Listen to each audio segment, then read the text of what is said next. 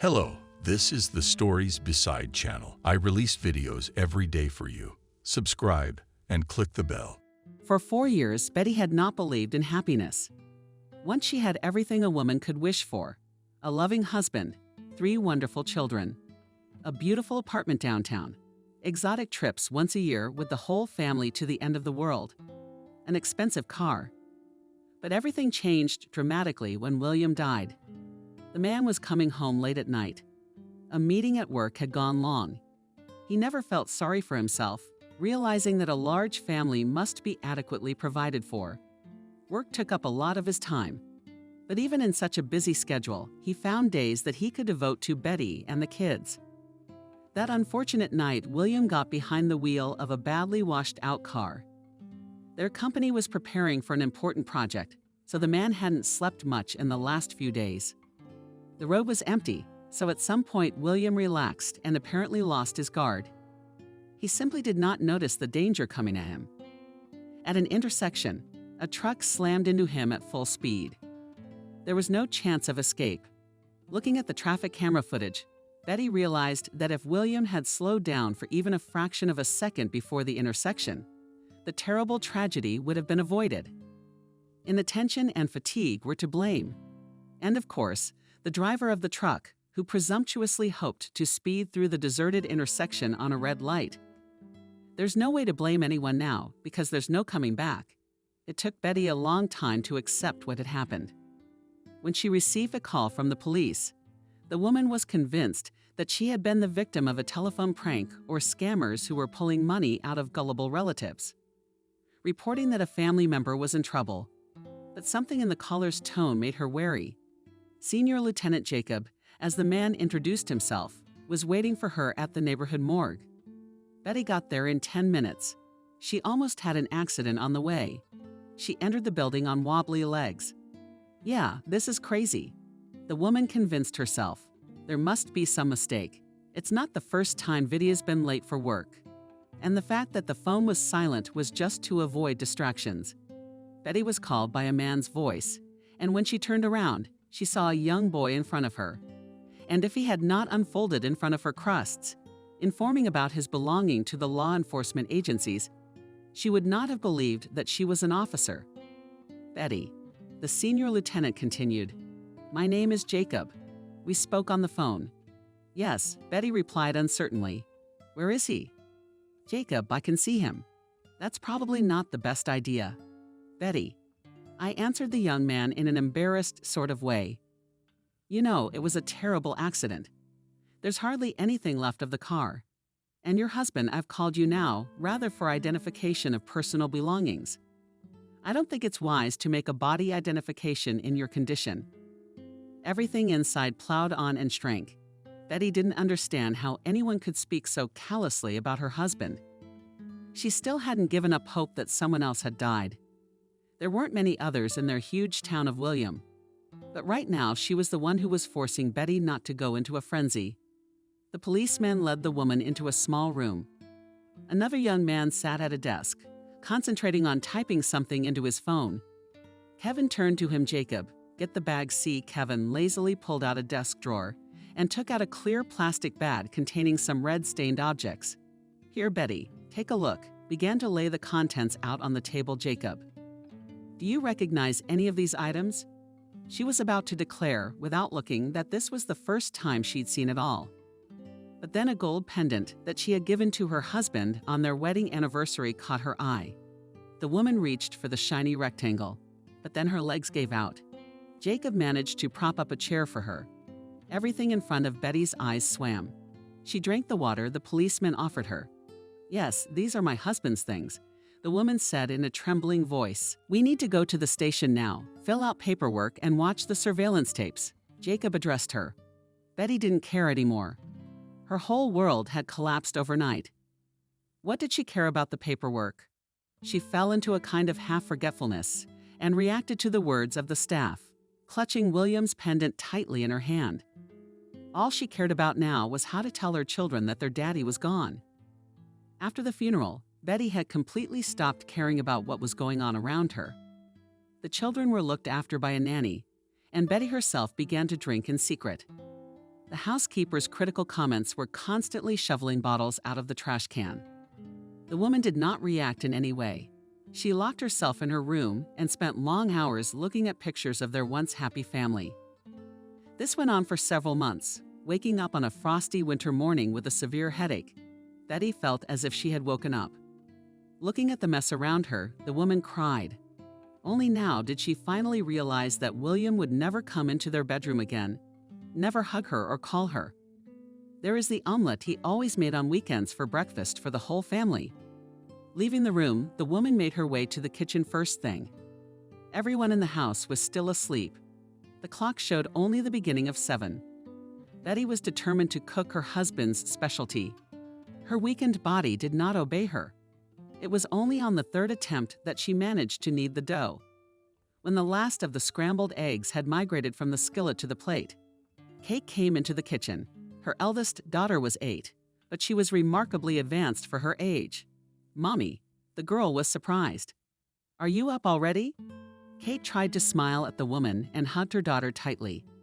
"I didn't feel well, but I'm fine now." "Did you make Daddy's omelet?"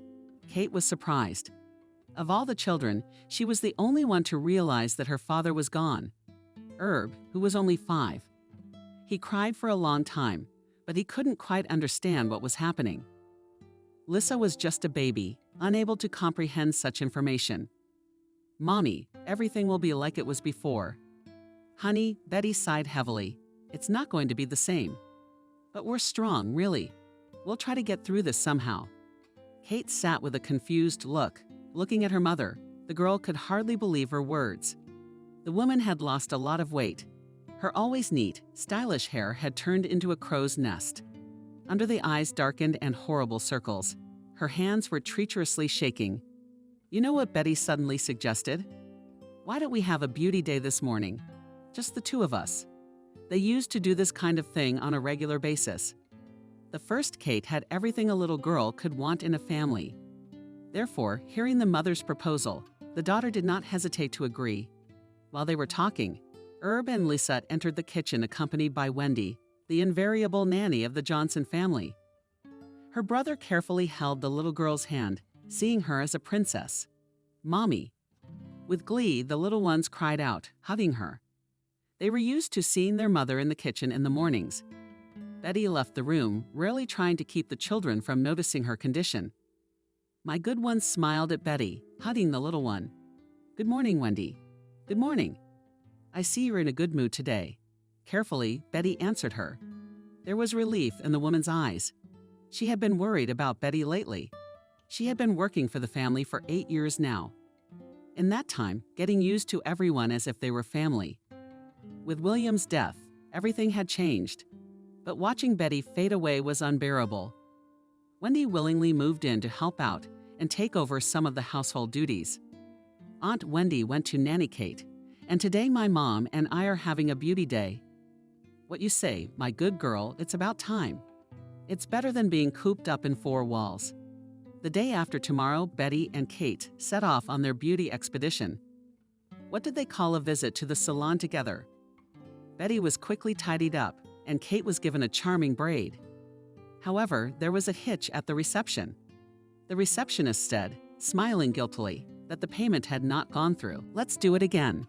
When the payment didn't go through a few more times, she wasn't seriously worried.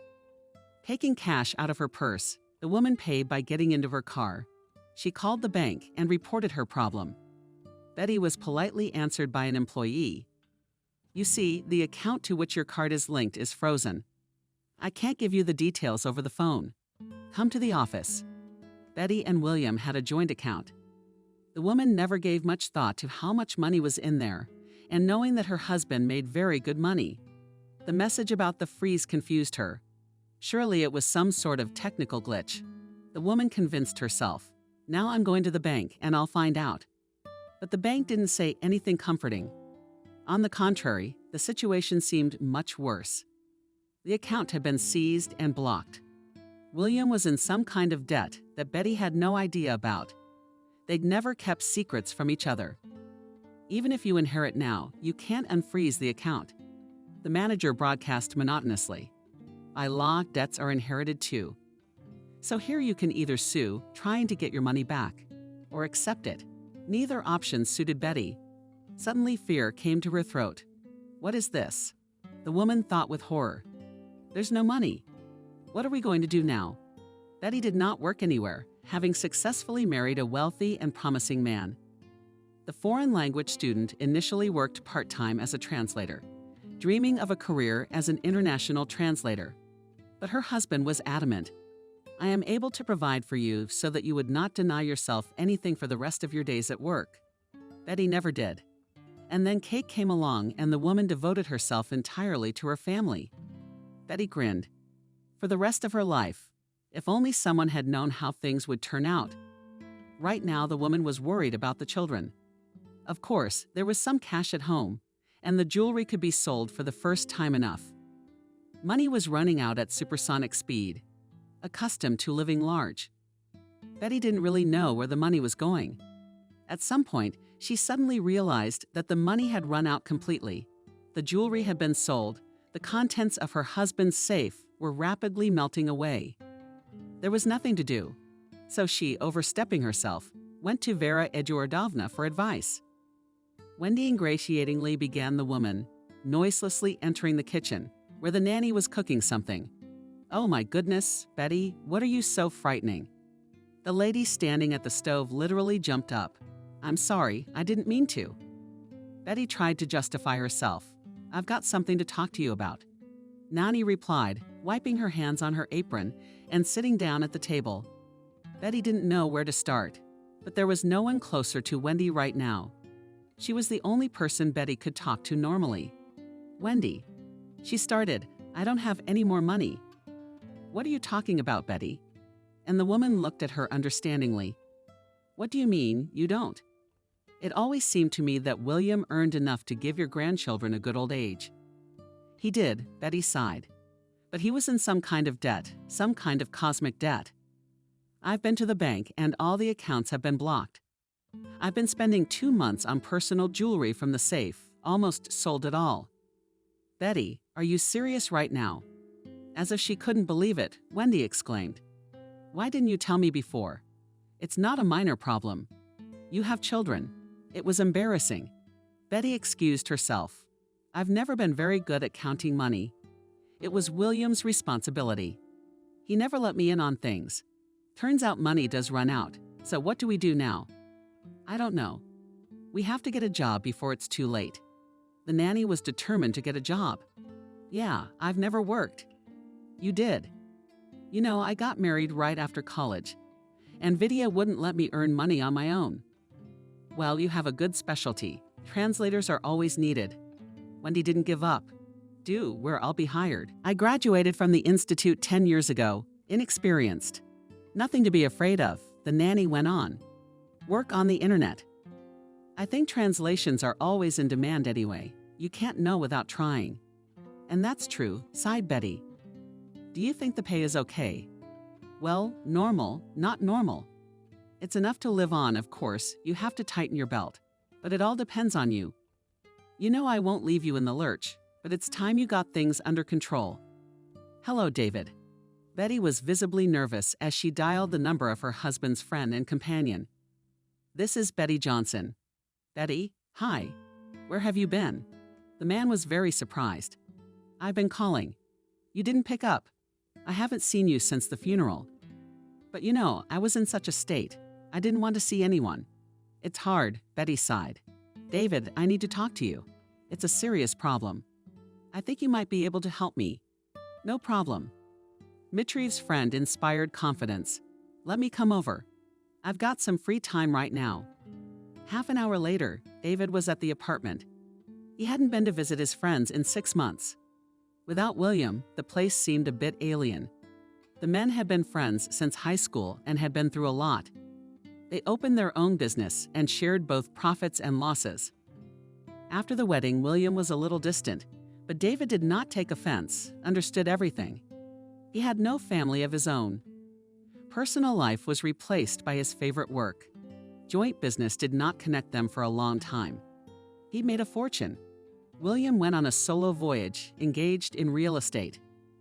David was still a small businessman, but he did what he loved. It didn't affect their friendship. So what's your story? The man asked. David began. Betty, tell me, did you know anything about William's affairs? What do you mean? You see, I was at the lawyer's office yesterday, about to file for probate. It's been 6 months. I've got to make it official. Betty suddenly stammered, and David didn't quite understand what she was getting at, and that there were so many millions that you didn't know where to put them. So I went to an old friend for help. No, the tone in which Betty said it alarmed David. You see, William had huge debts. I mean, he never said anything to me about it, so I thought maybe you knew something. They showed me some paperwork, some loans, some private loans, some receipts. And now I have to pay it all back, you know. Which you were genuinely surprised about. What debts? I always thought you were doing great. I was jealous, in fact. How much is it? Astronomical. I don't understand it myself. I thought he was making good money. I talked to Ethan. You know, his assistant. Anyway, he told me that Vidya's been really looking to expand lately. Apparently, he's got the money to do it. I just can't understand why he didn't do it on behalf of the company. I understand, concerned David said. And there's a lot to pay out, sighed Betty. They've blocked all the accounts, but it's still not enough. I think I'll have to sell the apartment. Even so, David was sincerely surprised. The sum seemed to be really impressive. In his estimation, the Johnson apartment was worth a lot. The center of the prestigious building, the huge square footage, the designer finishes. Betty had told him how much he needed to pay off his debts. David even whistled a prize in surprise. Say, will you help me with the deal? Betty asked. You know, I don't know anything about this sort of thing. I'm afraid of getting scammed and losing the price. No problem. Betty, he told me persuasively. You tell me, where are you going to live? Maybe we can find a cheaper place to live. I understand that you're used to luxury, but now you don't have much choice. As they say, it's not a matter of living large. Of course, David is used to luxury. Betty hastened to convince him. It would be nice to have enough for a 2-bedroom in the suburbs. There's still 4 of us, but we can't afford a decent one. Understood. I'll try to find options. David nodded. All right, let's do this so it doesn't take too long. I'll get started right away. Let me take a picture of the apartment. I have a good realtor among my friends. He won't let me down. Mommy will do it, Herb said. Where's my room? Is this where you and Kate will be staying? Betty opened the door to the tiny bedroom. We'll put the beds here and the desk and closet there. No, the boy said crankily. I don't want to go with Kate, she's mean and greedy. I want my room back. Honey, we're gonna live here now. Don't you love it? Look how green the yard is. You'll even have your own tree. By own tree, Betty meant a huge cherry tree with branches that literally burst through the window of the future nursery. And Lisa? Herb persisted. Lisa will live with me. There's plenty of room for us. Trying to smile, Betty answered her son. Kate entered the room. The girl's face showed that she was not happy about her new home either. Mommy started her off. Say, we're poor now. What are you talking about? Betty tried to justify herself, although she knew perfectly well that it was useless to deceive her daughter. How could you? Kate looked at him seriously. The whole place is smaller than our kitchen. It took us an hour to get here. Why are we moving? Mommy, I'm not stupid. Just tell it like it is. Betty took her daughter aside. I didn't want Herb to catch phrases, throw a tantrum. Daughter, she began. I don't want to lie to you, you're right. We don't have any more money. That's just the way it is. But now we have to learn to live again. I had to sell the apartment. A lot of things are going to change. But the important thing is to stay together. Isn't it? Betty looked hopefully at her daughter. The girl's mind was going through an intense process. She seemed to be relating what she had heard to everything that had happened lately. At one point her eyes lit up. And Wendy, what do you mean? She's not coming back. Kate asked disappointedly, since we don't have any more money. And we won't be able to pay it. Kate hurried to reassure her daughter. Betty, Wendy's not going anywhere. We're like family to her. We'll just see her a little less often because she'll have to work somewhere else. But she'll be happy to come to us on weekends. Wouldn't she? Who's going to take care of Lisa and Herb while they're at school? Well, I'm working from home for now, and then I think daycare will pick up. With sincere faith in her voice, answered the mother. Are you ready to move to a new school? Mommy, I understand everything. I'm not a little girl, Kate said in a serious tone. What difference does it make where I go to school? I can think for myself. Sometimes Betty was amazed at how mature her daughter thought. They couldn't afford the old grammar school. Thank God, they managed to get the child into a neighborhood school, which was indeed considered quite good. But still, it is a stress for the child, accustomed to classmates and individual approach of teachers. And with a kindergarten for younger children, something had to be solved. It turned out that it was not enough just to take and bring the children. The queue was huge, and Betty could not afford private institutions. The cost of attending such seemed exorbitant. And then there were 2 children. Wendy's services, of course, also had to be refused. The kind woman agreed to help with the housework, but Betty felt she had no right to exploit her all the time. She managed to find some work, but translations from French were of little interest now.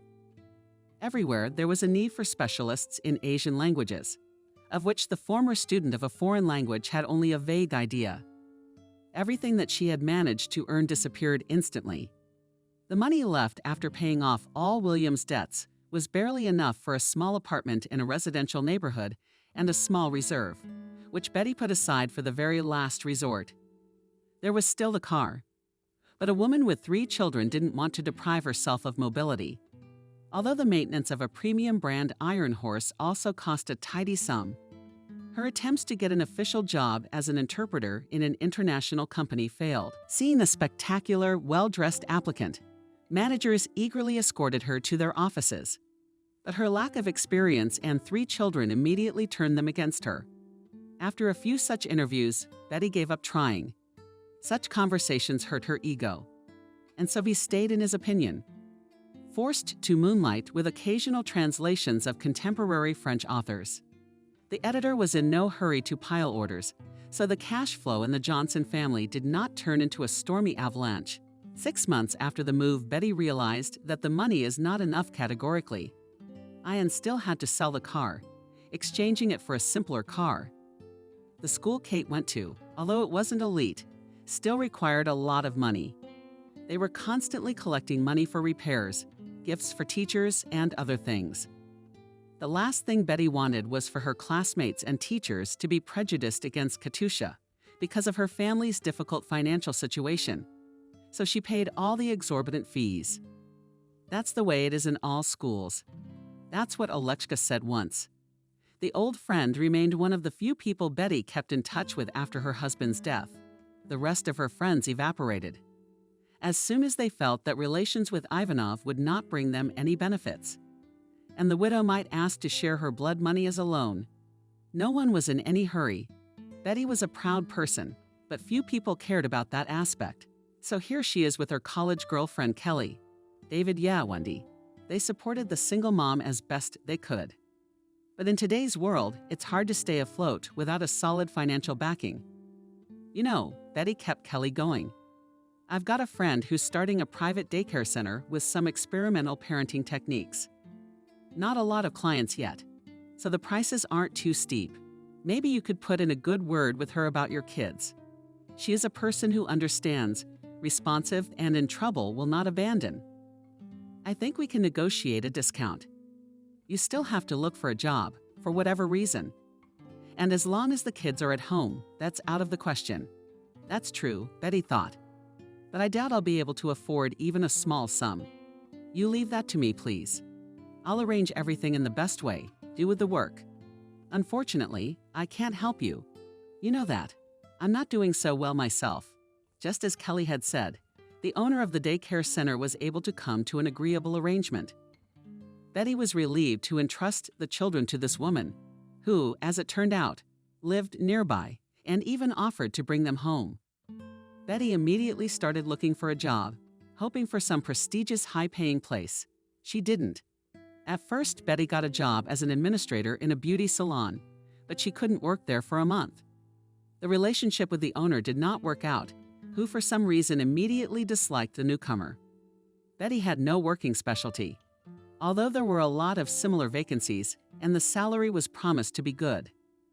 There were still options to consider, which the woman was prevented by her pride. But can a person with a higher education go as a cashier or packing food in a supermarket? Betty tried the delivery business so popular with the younger generation. But after a few orders brought to her old acquaintance, she gave up the idea. And it was costing a lot of money in gasoline. Betty, let's go to my place office manager once offered her David, who popped out for tea. We've got a girl going on maternity leave. Wouldn't want to bring in an outsider. It's not a dusty job. Salary, of course, I cannot offer you a huge salary, but a full social package weekends, like normal people free meals. Sure, I'll go. Without even thinking about it, Betty agreed. That's how she got to David's firm. Things were not going well in his place. The woman coped with her duties in full, but relations with coworkers did not go well from the first day. All the women working for David were convinced that Betty got the position because of the chief's favor. Some ladies were openly jealous of her bright appearance and hurried to invent another unflattering gossip about her personal life. But Betty paid no attention. All she was interested in was feeding herself and her children. Besides, her job left her enough time to do translations. True, the woman had no weekends at all.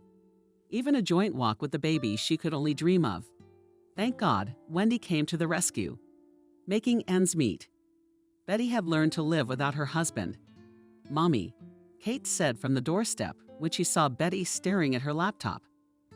"I certainly don't think you've forgotten, but I'll remind you.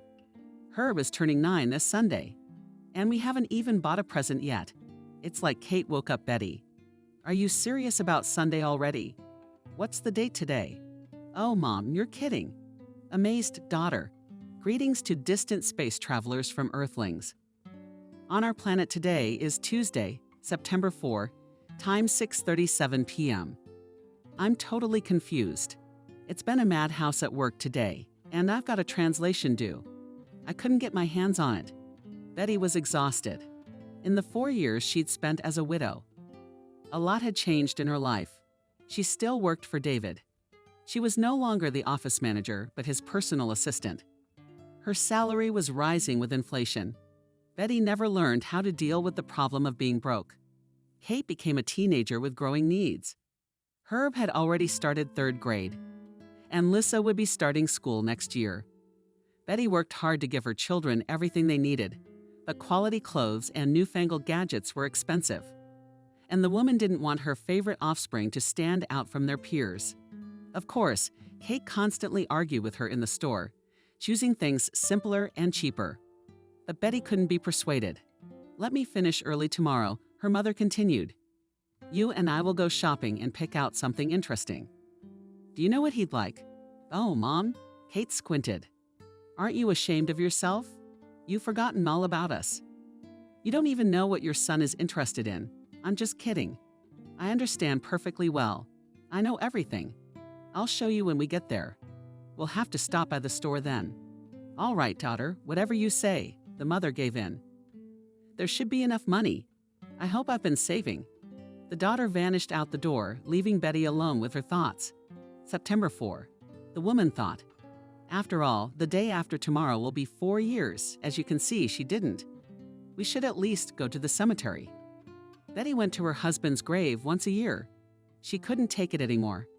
You see, his smiling face engraved on the black granite slab. She couldn't. Immediately a heavy wave upon which memories of the past, which were immediately shattered by the equally hard granite of the present. She never took the children with her. Only once had Kate traveled with her, but seeing her daughter's tears was even more unbearable than her husband's stony smile. Leaving work early, Betty took her usual route. David, recognizing where his buddy was going, offered a ride. But it was important for Betty to make the trip alone. There was no traffic, so Betty got to the cemetery quickly. On the way, she stopped by a florist and bought 4 snow-white flasks tied with black power ribbon. The saleswoman smiled sympathetically at her, adding even more tragedy to the situation near the cemetery pine needles. Betty did not observe the typical pattern of peddlers coaxing them to buy paper flowers from them. The beggars and cripples, usually sitting along the walkways on a weekday, were sparsely crowded here. Only the sounds from the granite workshop and the few people gathered around the local pig reminded that this place was still somehow connected to the world of the living. Betty walked with an uncertain gait, noting along the way the landmarks she remembered from past visits: the lush fence, the graves of some authority figure from the 90s. A sad little angel mourns a girl who left the world at the age of 5. A garbage can topped with a pile of colored funeral wreaths. Seeing a double birch tree, a woman turned onto the path on the right. Well, here's a little more. And I'm on the spot, thought Betty, utopia heels in soft ground. The birch trees were already beginning to turn yellow. Ahead I could see a slab of granite gleaming in the sun and revealing some sort of somber golden glow. On the table sat 2 huge crows with gusto, passing something left over from an offering to the dead. Plastic bottles, pale heads, dried branches of never-stirring colors were lying everywhere. Doesn't anyone really clean up around here? Thought Betty. Is it hard to take the trash with you? Here I am, she said in a shaky voice, squatting down in front of the ever-smiling William. I'm sorry I'm alone and haven't been here in a while. I brought flowers. I know you weren't particularly fond of them, but still, it's tradition. With those words, Betty placed the rocks in a jar of water, setting aside the frozen remnants of the ones from last time. And the kids were all grown up now. Kate is such a real bride. You wouldn't even recognize her. They look just like you. Look at this. With these words, the woman took out her phone and started scrolling through the pictures of the children. And Herb is now 9. Yesterday, we went with the kitten to choose a present for him. You would have thought that your son is into web modeling. We bought him an airplane like this. Katya said he'll jump to the ceiling when he sees it. It's a year away from school. She's smart. She's already reading and writing. Sometimes I even do French with her. Betty sighed heavily, brushed away her tears in the palm of her hand. She didn't know what else to say to a dead person. All this superstition never appealed to her. Even as a child, going with relatives to the cemetery, she didn't understand these meaningless conversations with the earth, pouring vodka on the grave, greetings, and farewells. Well, the man had gone. He was gone. What could be done about it? What does he care now about the hybrid cases left to live? What business do I have against myself? Answered Betty to his own question, ostensibly asked by silent interlocutors. It's the same old thing. I work at David's. I don't know where we'd be now if it weren't for him. I don't make a lot of money, of course, but it's enough to live on. Wendy supports us a lot. She's retired and often takes the younger ones to her dacha. All summer long, she took them to the vegetable garden. She never left the berry patch, and Herb has learned to swim. I'm thinking of enrolling him in the pool. The kid needs exercise anyway. For about 15 minutes, Betty sat in complete silence, immersed in the memories of birdsong, immersing her in some marvelous state. Suddenly, this calm was broken by a crackling noise. Betty shuddered fearfully and looked around. Not far from her stood an old man hesitatingly looking at her. I'm sorry I startled you. The elderly man addressed Betty in a peaceful tone. You see, it's Thursday. There's no one here, and I'm lost again. How lucky am I to have met you? No, not at all, the woman replied. You didn't scare me at all. I was thinking, I didn't expect anyone else to be here. Can I help you? If you don't mind, could you help me find my wife's grave? It's been so many years, and I keep getting lost in these gravestones. As if she didn't want me to see her like this, the old man smiled embarrassedly. Yes, of course, she agreed, or rather rose from the ground. Well, I mean goodbye. I'll go, I promise not to be discouraged. I'll give the kids a hug. Betty went to the old man to grow a floor and a cloak. She noticed he was holding a tiny bouquet. That's a must, she thought. I wonder where he found those flowers. They don't look artificial. My name is Michael, the older man introduced himself. And I'm Betty. Nice to meet you, Betty. It's a pity that our acquaintance happened in such a peculiar atmosphere, as if the old man apologized. I see you're interested in my flowers. I'll be honest, I didn't even think it was possible to find Slavs in our city at this time of year. Even abroad, it's off-season. Are you interested? I am. Michael smiled. When my late husband and I traveled to Provence, we visited the quantum fields. The tour guide told us that these flowers are rarely found outside the country. They don't take root anywhere. It's not the right climate or something else. So I was surprised. This is homegrown lavender. I grow them in my own greenhouse. Well, greenhouse is a bit of a mouthful, but lavender? Helen, my wife, was very fond of these flowers. I didn't share that sentiment, but I can't come here empty-handed. I'd like to make her happy. Oh yes, the old man's worried. Let's try to find the tombstone. I used to turn around at that stone bollard, but it's changed in a year. It's weird. I can't find it. It's a white marble monument, not very tall. And there's a bench next to it. Betty looked around. She never really cared much about who was buried next to her husband. A couple rows away. To the right, she noticed several monuments similar in description and immediately headed toward them. On her third try, she found the right grave. Michael called out, "I think I found it. Come here." The old man walked slowly between the rows of graves, trying not to stumble on the grass and slippery paths from the recent rain. "Hello, Helen," he spoke cheerfully, kneeling down on his knees right on the ground. "Again, you didn't want me to come. And in vain, as you always think to yourself, you know what I'll find anyway." Betty looked at the photograph on the monument, an old but surprisingly beautiful woman. There was something subtly oriental in her appearance, and her eyes seemed to be laughing, filled with childish joy. Judging by the date on the plaque, the woman died 10 years ago and also on September 6, as you can see. What a coincidence, Betty thought. I wonder if she wasn't too old yet. Sore, I guess. Suddenly, the old man's voice broke the silence and interrupted her thoughts. He spoke in French. The last thing Betty expected to hear now was French poetry. Not just any poetry, but an excerpt from a famous poem by Arthur Rimbaud, to whom she had dedicated her thesis. In the rolling tides of winter, too.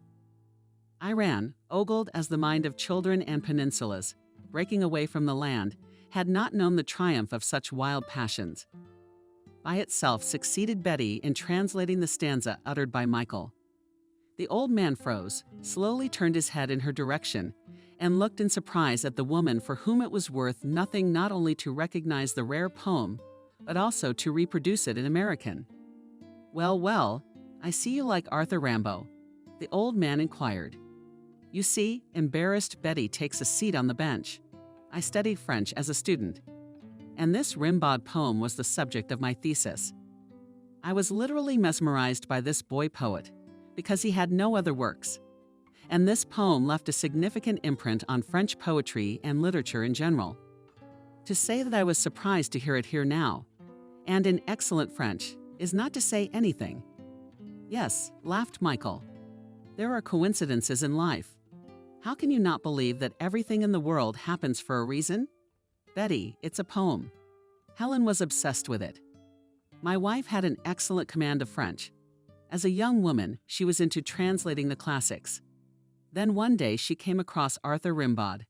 And you know it was not easy to get such a little-known author, even for students of a foreign language. She read the translation, but it seemed to her that it did not convey the essence of the original. And Helen was a very persistent and determined girl. So she decided to create her own version of the translation. I have an old notebook at home, in which my wife wrote down her versions, but never managed to perfect them, as she thought. It would be very interesting to take a look. I touched on translation topics during my defense, but they were about popular versions. I'm asking purely from a professional point of view, Betty hastened to assure me. No, you're not. If you are really interested, then I invite you to visit. I live alone. My son got married a long time ago and moved to Europe. He visits me once every couple of years. I'm afraid to fly. I've never even seen my grandchildren in person. I can't go to the column. I live as a recluse. My friends, too, all left this world long ago. If it's not too much trouble, come by. I live near the Central Library. You know, the one with the columns and the punishers? I know, Betty smiled. To some, the old man's offer might have seemed dubious. But the woman sensed that the man was very lonely, and the sincerity with which he recounted the details of his life was appealing. Besides, Betty really wanted to look at the translations. Rimbaud was a professional interest. I'll be there.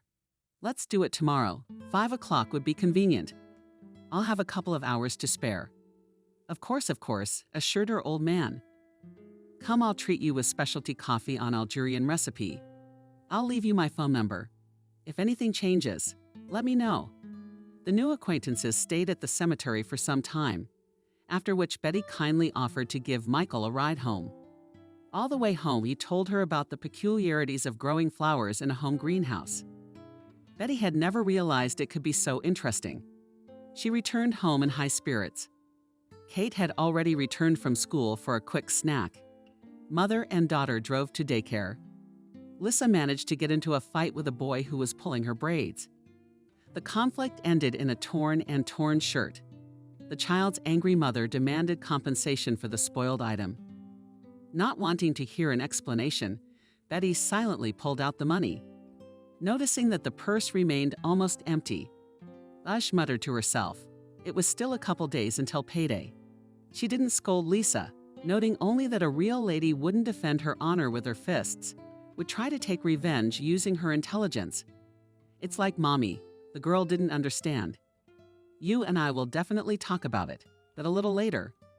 But I'm still glad you kept your cool. Mom intervened in Kate's conversation. Why did you give that bitch the money? It's clearly her kid's fault. If you'd stayed out of it, you'd have stayed in one piece.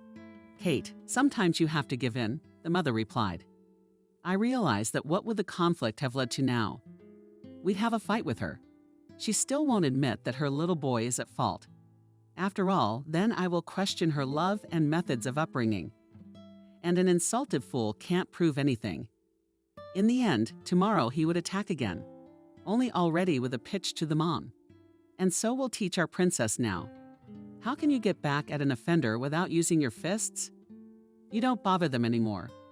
What about that bitch you called her? Doesn't have the brains to realize her son was insulted. But she did. Kate laughed. She's a sly one. After finishing work, Betty remembered that she'd promised to stop by Michael's. She called her eldest daughter and arranged for her to pick up Lisa from daycare. She warned her that she would be a little late. Mom reached into the phone Kate hung on. Do you have a lot of work to do, or are you going on a date? What date? Oh, baby. Betty laughed. I have an appointment.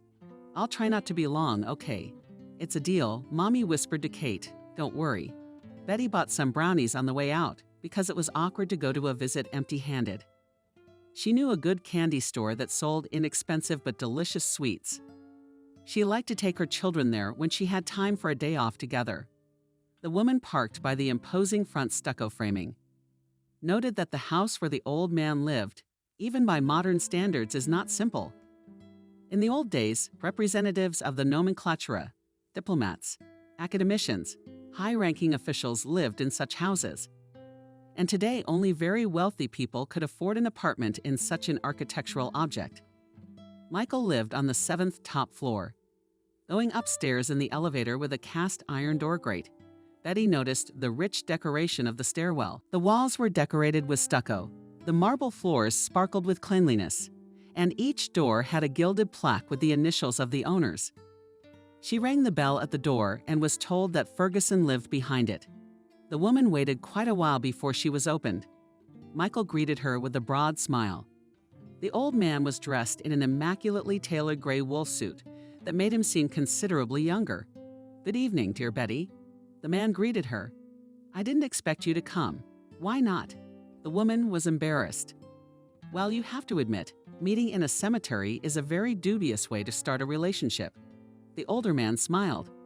Although, considering how life flows now, it's amazing that strangers can even talk to each other and find a common theme. I confess, Betty replied. I'm driven by professional interest. And I'd also like to try your advertised coffee, and I brought some cakes. Thank you. Michael took the bundle of treats that was handed to him. Please, come in. Betty walked into the huge living room. The apartment had high ceilings of at least 4 meters. One wall of the spacious room was completely filled with shelves of books. On the shelves were whole collections of rare editions, which the owner of the library had collected for 10 years. There were even some ancient-looking medieval manuscripts and the edition of the Sisters of the 60th Time, captured by the letters on the covers. Apparently, the owner of the apartment was an extremely well-read man, so you could tell by the order that reigned on the bookshelves that their contents were not just decoration or an attempt to impress. "I see you like my little collection," Michael inquired, bringing coffee and sweets into the room under his nose. "Wow, small," replied Betty, continuing to look at the books. "There are at least 2,000 volumes, 3047 to be exact," the old man informed. There were more. But after Helen died, I donated some of it to the university library, as she had willed. And I'm retired now, but I can't afford to read like I used to. My eyesight's not what it used to be. And you know, Salty was somehow more interesting to discuss what I read than to be alone with my opinion like that. Sometimes I open her favorite illustrated editions and just admire the drawings. Here, for example, Michael reached for one of the shelves, on which stood a whole collection in brightly colored covers, decorated with golden Arabic ornaments. Fairy Tales 1000 and a Whole Hour showcased an old man's amazingly beautiful full-size book, covered in silk with a glossy field pastadown, and Scheherazade in a Flowering Garden. This is the 1913 edition in French with illustrations. My, what a beauty! Betty marveled. I would never have guessed that such pieces were in private collections. They are works of art. You're right, smiled the old man. Such collections can easily be sold at auctions for decent money. Today, there are no more than 5 complete collections left, specifically such books. But I will not sell my fairy tales for any money. You see, they're not just well-preserved volumes. They're memories. Moments of happiness forever gone just like that and forever left in my soul. It's a collection. Helen and I bought it in Paris, would you believe it? At a flea market. And for only 300 francs, although it seemed like a fabulous sum to us at the time. Of course it did. When Soviet citizens got to foreign countries, they bought everything that differed from their usual life. But for some reason, Helen and I didn't go to fashion stores and perfume stores, but went straight to hunting for antiques. The seller asked for 400 for the books, but we had only 300 francs left. Seeing the fire in my wife's eyes, the salesman couldn't stand it and gave in. He must have regretted it 1,000 times over. After all, today the cost of such a collection is at least 30,000 euros. What are you marveling at, Betty? Is it really true? Sighed the old man. So what's the use of money if you can't buy anything with it? Think about it. Where can I go, old man? Such a sum won't bring any joy. Put it in the bank. What's it for a funeral? Maybe, because it's expensive to send him to the grave for that kind of money. I'm not some pharaoh. Betty laughed. Michael was right. She wondered what she would have done if she'd owned such expensive books. She probably wouldn't have hesitated to sell them. He was the one who didn't need the money. Betty has children to raise. Every penny counts. Such luxuries are a thing of the past. And if the books belong to the children, then no, not at any price. That would be too low. She'd be better off scrubbing floors. She would stay up at night, but she would never deprive her relatives of the right to possess such a treasure. Michael's coffee first from behind a fine china cup. Oh, what wonderful coffee! I've never tasted anything like it, laughed the old man. I'm glad you appreciate my specialty recipe, although it's not quite right to call it my own. I learned to make coffee this way from an old Arab named Amin. His coffee shop was in one of the old neighborhoods. Arabs in general appreciate coffee. For them, it's not just a drink, but a whole culture. How interesting is that? Betty exclaimed. Have you traveled a lot? Michael sighed a lot. But Algeria is a salty specialty for us. You see, she worked as a translator at the embassy. She was sent to North Africa right after the Institute. At that time, the Union was actively establishing relations with the Arab states. There weren't many specialists. That's where we met her. And you're a translator too. Betty was surprised. No, not at all, smiled the old man. I was an archaeologist. Betty marveled. Yes, I agree. Not exactly a common profession, replied Michael. For a long time, our group did excavations all over the state. My specialty is Orientalism. I lived in South America for a long time. We found a lot of stuff there. And in the 70s, I received an unusual offer from my university to go to Algeria to excavate in Jammu. Of course, I agreed. It was practically impossible to go abroad at that time. I should not have refused such a chance. And interest, can't go anywhere. So here we are, off to Africa. At first, of course, everything seemed wild, especially the unbearable heat and the absence of the usual amenities. We drove into the mountains. It was very hard to get there, and to be honest, it was scary. People were frightened by the very terrain, and our guide looked like a criminal, Jimmy Hill. This is an ancient Roman city. They started studying it in the early 20th century, so we weren't exactly pioneers. But we had to take into account that Algeria is not a developed country. No roads, no normal stores, and it's in the middle of nowhere. We had to carry all our supplies and equipment on our backs. We had a few mules. I'm still surprised how hardy they are. And Summer, the guide, though he had a creepy appearance, turned out to be reliable and saved us from many dangers. We were several months away from civilization, surrounded by ancient ruins. We saw ghosts and creatures everywhere. But the scariest of all were the nights, or rather the cold that came with them. It's incredible when the temperature rises to plus 50 during the day and drops below zero at night. In the mountains. Of course, it's such a treat in itself, but we were young and brave and obsessed with digging. How did you and your wife meet? Betty asked. Helen. Michael sighed. We first met Helen just as our group was about to head home. The old man drew in more air, as if preparing to dive underwater. After a long pause, he began his story. The excavations of V. Jamal was a success. Krastinsky's group managed to find the remains of thermal baths and well-preserved mosaic floors. They even managed to get a few clay jugs, quite well preserved. Such a find was a rarity, so the archaeologists were already preparing to rest on their laurels of glory. After taking several hundred frames, I scribbled dozens of logs and carefully packed them into the equipment. The group intended to make the return trip for the morning. The last night began as usual. First, it got sharply colder. The guys built fires, cooked dinner, and sat down to tell stories. Life stories quickly slipped away. Then the interpreter Liam started pestering, said to tell them something interesting about this place, something he had encountered himself. The guy did not agree for a long time, but after persistent persuasion and a couple of shots of vodka, his tongue was loosened. I had just started taking scientists to the ruins. The man began in French. Liam translated instantly, but the mixture of languages and the glow of the campfire made everyone uncomfortable. My first group were 4 young Frenchmen. It was just the end of the War of Independence. The atmosphere here was, I can't say the most favorable, but I liked that these young people were free of prejudice and didn't hold their noses high. There was a photographer among them. I think his name was Jean, but I could be wrong. We got there. It was early September. It wasn't too hot during the day, so it was easy going. At the place the guys set up camp, and I went to debunk.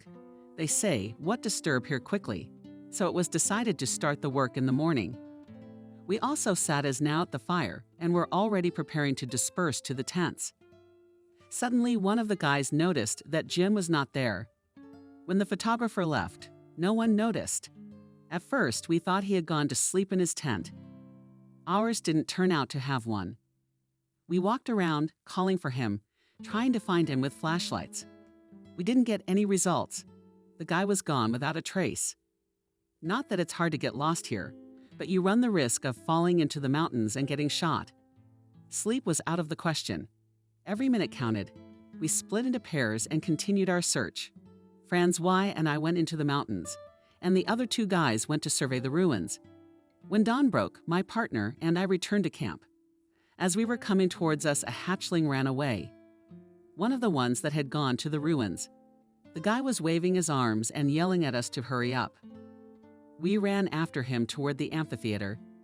There on the steps sat Eugen. His head was as white as chalk, though only yesterday he had been a searing brunette. He was frantically clutching his camera and muttering to himself. Only one word, no. It seemed as if the guy couldn't see anyone or anything around him. His pupils were severely dilated, his lips were quivering. He didn't respond to our words. We got him to the camp, gave him tea, and put him to bed. In the morning, he seemed to regain consciousness, but he remembered nothing at all. Perhaps he had managed to take some pictures, but I was never to know. As soon as the guys left, I never heard from them again. There was silence around the fire. The silence was broken by Semyon. Of the whole group, he was the only one who believed in the existence of otherworldly forces. You know, last night I went out of the tent to go to bed, and just in the area of the amphitheater I observed a glow. It seemed to me that the moon was setting there, though it was cloudy. Maybe there really are ghosts there. That's a bit of a mouthful. What kind of ghosts are there? The guys started talking, interrupting each other. Yeah, Michael Ferguson muttered skeptically, to the leader of the group. Such stories had always seemed like complete nonsense. He wasn't going to believe them, but he couldn't sleep well after what he'd heard. When all the boys had gone to their tents, Michael studied for a long time, to wonder what the Frenchman could have seen in the ruins that at once sat suddenly. His reasoning was interrupted by a crackle from the street. The boy poked his head out of the tent, but it was empty. Only the embers of the fire were slowly going out. He was about to climb back in. The crackling sound was repeated. The sound was loud and distinct. Wrong from the direction of the ruins. But no way, Michael muttered, getting out of the tent, whatever it was. It's not coming from the other side of the world. He didn't want to wake anyone, and, armed with a powerful flashlight and a strong stick, set off in the direction of the amphitheater. Michael froze in the center of the structure, not understanding how a person could be here. The logical explanation was that it was someone from the camp. But the figure was dressed in something light-colored, covering almost his entire body. Michael gripped the stick tighter and pointed the beam of light at the man below. "Hey, what are you doing here?" The archaeologist shouted. The figure didn't move. Michael stooped down a couple steps, palms down, sweating. It was scary. Had the guys decided to play a trick on him, knowing how he felt about all sorts of mysticism? "Vatic," shouted he. "If they decided to scare me, it will not work. I'll come down and beat you with this stick." Michael confidently ran down the stairs and approached the figure who had swung the stick. But suddenly the figure rose sharply and turned around. The lantern illuminated a woman's face stained with blood. Michael stepped back. She was paralyzed with fear. The woman stared at him silently. "Who are you?" Barely able to move her tongue, Michael muttered. "Do you need help?" "We have a first aid kit. I'll get it for you. Just don't go anywhere. You understand me. I'll be back." He was about to leave when suddenly the woman grabbed his arm and addressed him in clear American. "You're not a hallucination. You're real. You're here alone." I had given up hope for help. You see, our motorcade was attacked. We were all on our way. But on the way, we walked into a trap. Some men pulled us out of our cars, started pushing us around, trying to get us into their truck. I managed to get away. You can see it's getting dark fast. I know that the city is not that far away, but I am not oriented at all on the Brala. I decided to wait out the night in these ruins, but it's very cold. If not for you, I think, before morning, I would just freeze to death. Only now Michael noticed that the stranger's silk business suit was quite dirty and torn in some places, and what he took for a blanket was a coffee Arabic headscarf. "Jesus, let's get back to camp, you can go," Michael inquired, taking the woman under his arm. "I think so," she replied. "Only the heel seems to be broken." Michael helped his companion to the camp, started a fire, and sat her down on a folding bench. From the tent he retrieved 2 blankets and a first aid kit. Treating the wound on the stranger's face, the guy saw that she was still quite young, no more than 25 years old by the look of it. "What is your name?" the archaeologist asked. "My name is Michael. I'm a Soviet archaeologist, by the will of fate from the party thrown into this wilderness." "And me, Helen," the girl answered and even tried to smile. It was obvious that she was still scared. "Helen. I work at the embassy as an interpreter. We went from Algeria, all on a diplomatic mission to the local university. But like I said, we were attacked on the way. God, what's going to happen to Andrew and the others? I'm the only one who escaped." The girl seemed pretty worried. Michael was also quite alarmed that bandits might be lurking nearby. Of course, they had a few guns in the camp, but they were hardly a good defense. There's no point in worrying about that now, the archaeologist hastened to reassure them. There's nothing you can do anyway. Tomorrow we will go down to the city, and there we will think what to do in this situation. Right now you should be glad that you were not captured. You didn't die in the mountains with those bandits. Liam's head appeared from the tent. Loud voices woke him up. The others also seemed to wake up. In a minute, the whole group was already sitting near the fire. They were surprised to see a woman in the camp, and a very beautiful one at that. Nobody fell asleep till morning. At first, everyone listened to the story of the appearance of a stranger in the camp, and the remaining few hours were on duty. In the morning, the archaeologists loaded the show on mules and went to the city. Helen was seated on one of the perpetual animals, and Michael walked beside her, ready to support her at any moment. You know, if Seth had not told us that terrible story at night, Michael began suddenly, I would have slept soundly. I'm afraid to imagine what would have happened to you then. What's the story? Helen asked. Is it about ghosts in Roman ruins? That's exactly what the boy laughed. I don't believe it, of course. But somewhere inside there is still hope that after death something remains. And I believe that we are not gone forever, the girl said sadly. In the gendarmerie. Helen long explained the mustache to this man in the night to mirror-shine shoes and white gloves. What had happened yesterday? The officer had called somewhere several times, making the girl languish in suspense. Michael never left her side. The guys had gone to a hotel to sleep it off, and he realized that Helen could not be left alone. After a couple of hours spent at the station, they managed to find out that the diplomatic motorcade had been attacked by a group of radical opponents of the ruling party regime. Helen got through to the embassy and learned that the negotiations had been successful and that her colleagues would soon be safe. At the other end of the wire, they were very happy to hear that the girl was fine and offered to send a car to pick her up, but Helen refused, preferring to get to the capital by train. Michael was very happy about this option. It meant that for some time, he would be able to continue acquaintance with this amazing girl. After all, his group also had to take the train to get to the international airport. In the capital, Alina escorted Michael to the flight. Before landing, they exchanged addresses and phone numbers, and a year later the girl returned to her homeland. By that time, there were real feelings between the young people. And Michael, in order to please his beloved, even began to learn French. Helen was transferred to the consulate. She sometimes had to go to North Africa, but most of the time she spent in the country of the Soviets. Michael tried to peep so that his expeditions coincided in time with his girlfriend's business trips. So it turned out to spend more time together. 2 years later, the lovers got married. Michael did not dote in his girlfriend. Girl shared all his hobbies, infected love for his own. Therefore, the newlyweds always had something to talk about. Hot arguments caused a discussion of literature. Helen passionately collected books. And if Michael favored history and architecture, she grabbed every volume of poetry she could find. On their honeymoon, they managed to go to France. Not just anywhere, but France. Not everyone could afford the Eiffel Tower. But Helen worked at a foreign consulate. She was offered to accompany a high-ranking official at an international forum. The event was to last 3 days, and Helen could stay in a foreign country for another week. And to her great joy, she was allowed to take one relative with her. While his wife attended social receptions, Michael wandered around Paris, took lots of pictures, and practiced his conversational French. A simple Soviet guy was fascinated by this majestic city.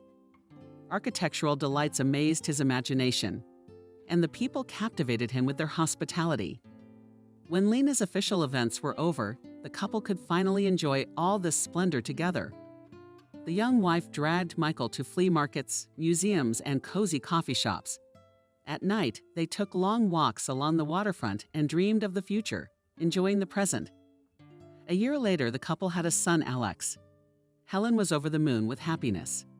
She inherited from her grandfather a huge apartment in the center, where the couple immediately moved. Michael was swamped with work.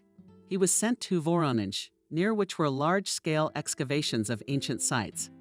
For 5 years, he was at home maximum 2 months a year. Helen almost completely took over the upbringing of her son. But even such long absences could not spoil the relationship between the spouses. On those rare days when Michael was home, he tried to make up for the entire period of his absence. Helen and little Alex were marveling. Daddy had so much energy and ideas of what they could do together. He organized large-scale excursions around the city, took them out to the countryside, arranged some fantastic costume productions at home, and still as heatedly argued with his wife about literary preferences. Finally, his voluntary exile ended, and Michael sighed peacefully, except that it became turbulent outside the window. Perestroika was looming in the country, which some awaited with trepidation, others with horror. By 1985, Michael, who successfully defended his doctorate, was already in charge of his own archaeological unit at the university in the fields, traveled rarely swamped with paperwork. By then, the man had not yet turned 40, so he was greatly frustrated by the lack of practical research. Helen continued to work at the consulate to which she had returned after her maternity leave. She didn't even have to worry about a position. There were only a handful of specialists like her, and thanks to her natural charm, she was able to solve.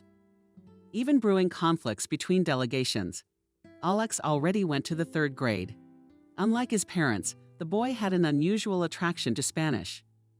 Helen did everything possible to give him to one of the most prestigious language schools. By the standards of society, their family was considered exemplary, intelligent, educated, beautiful. The neighbors were especially envious of the fact that the spouses never quarreled in their heads, simply did not coexist. How can one quarrel while living soul to soul? But the spouses paid absolutely no attention to what was going on around them. Michael lost his job. The couple was lucky. Helen was offered a long-term business trip, this time to Canada. The woman accepted without hesitation, realizing what could happen in her native country in the coming years. The most painfully perceived the move was Alex. By that time, he was going through a difficult period of adolescent maximalism. Especially, he was in love with his classmate and almost ran away on the eve of the flight. But Michael had a serious talk with his son, convincing him of the need for a temporary move. He quickly adapted to school and made new friends. Michael managed to get a job as a consultant at the archaeology department of the University of Montreal. The couple returned home after a couple of years. Alex stayed in the West, by then enrolled in college. For some reason, Helen was sure her son would never come home. As it turned out, she was right. Alex finished college in Canada, then got a job. He married well and only occasionally came to visit his parents. The couple returned to their luxurious apartment, which had been rented for the past few years by a German diplomat. Helen was delighted when she discovered that her favorite books were literally being dusted off. Husband and wife life flowed back into a familiar pattern. Michael found an interesting niche for himself, consulting and organizing private archaeological expeditions, demand for which grew dramatically by 2000. At home, he only had time to wonder where in his wife. By that time already, with the ruling 50 years old so much energy, the woman left the civil service, engaged in tutoring. She liked to teach students French. Young people listened with interest to her stories about her amazing travels in French-speaking countries. And then a terrible thing happened. Helen had a stroke and the right side of her body was completely paralyzed. It was September 6, 2002. Michael was away at the time. He learned about the incident on the phone and immediately dropped all the cases to return to his beloved wife. After a long period of rehabilitation, the mobility of her knees never returned. The disease has severely distorted her speech. All that mattered to Michael was that his wife was alive. But it seemed to Helen that such an existence could not be called life. Michael treated her like a child.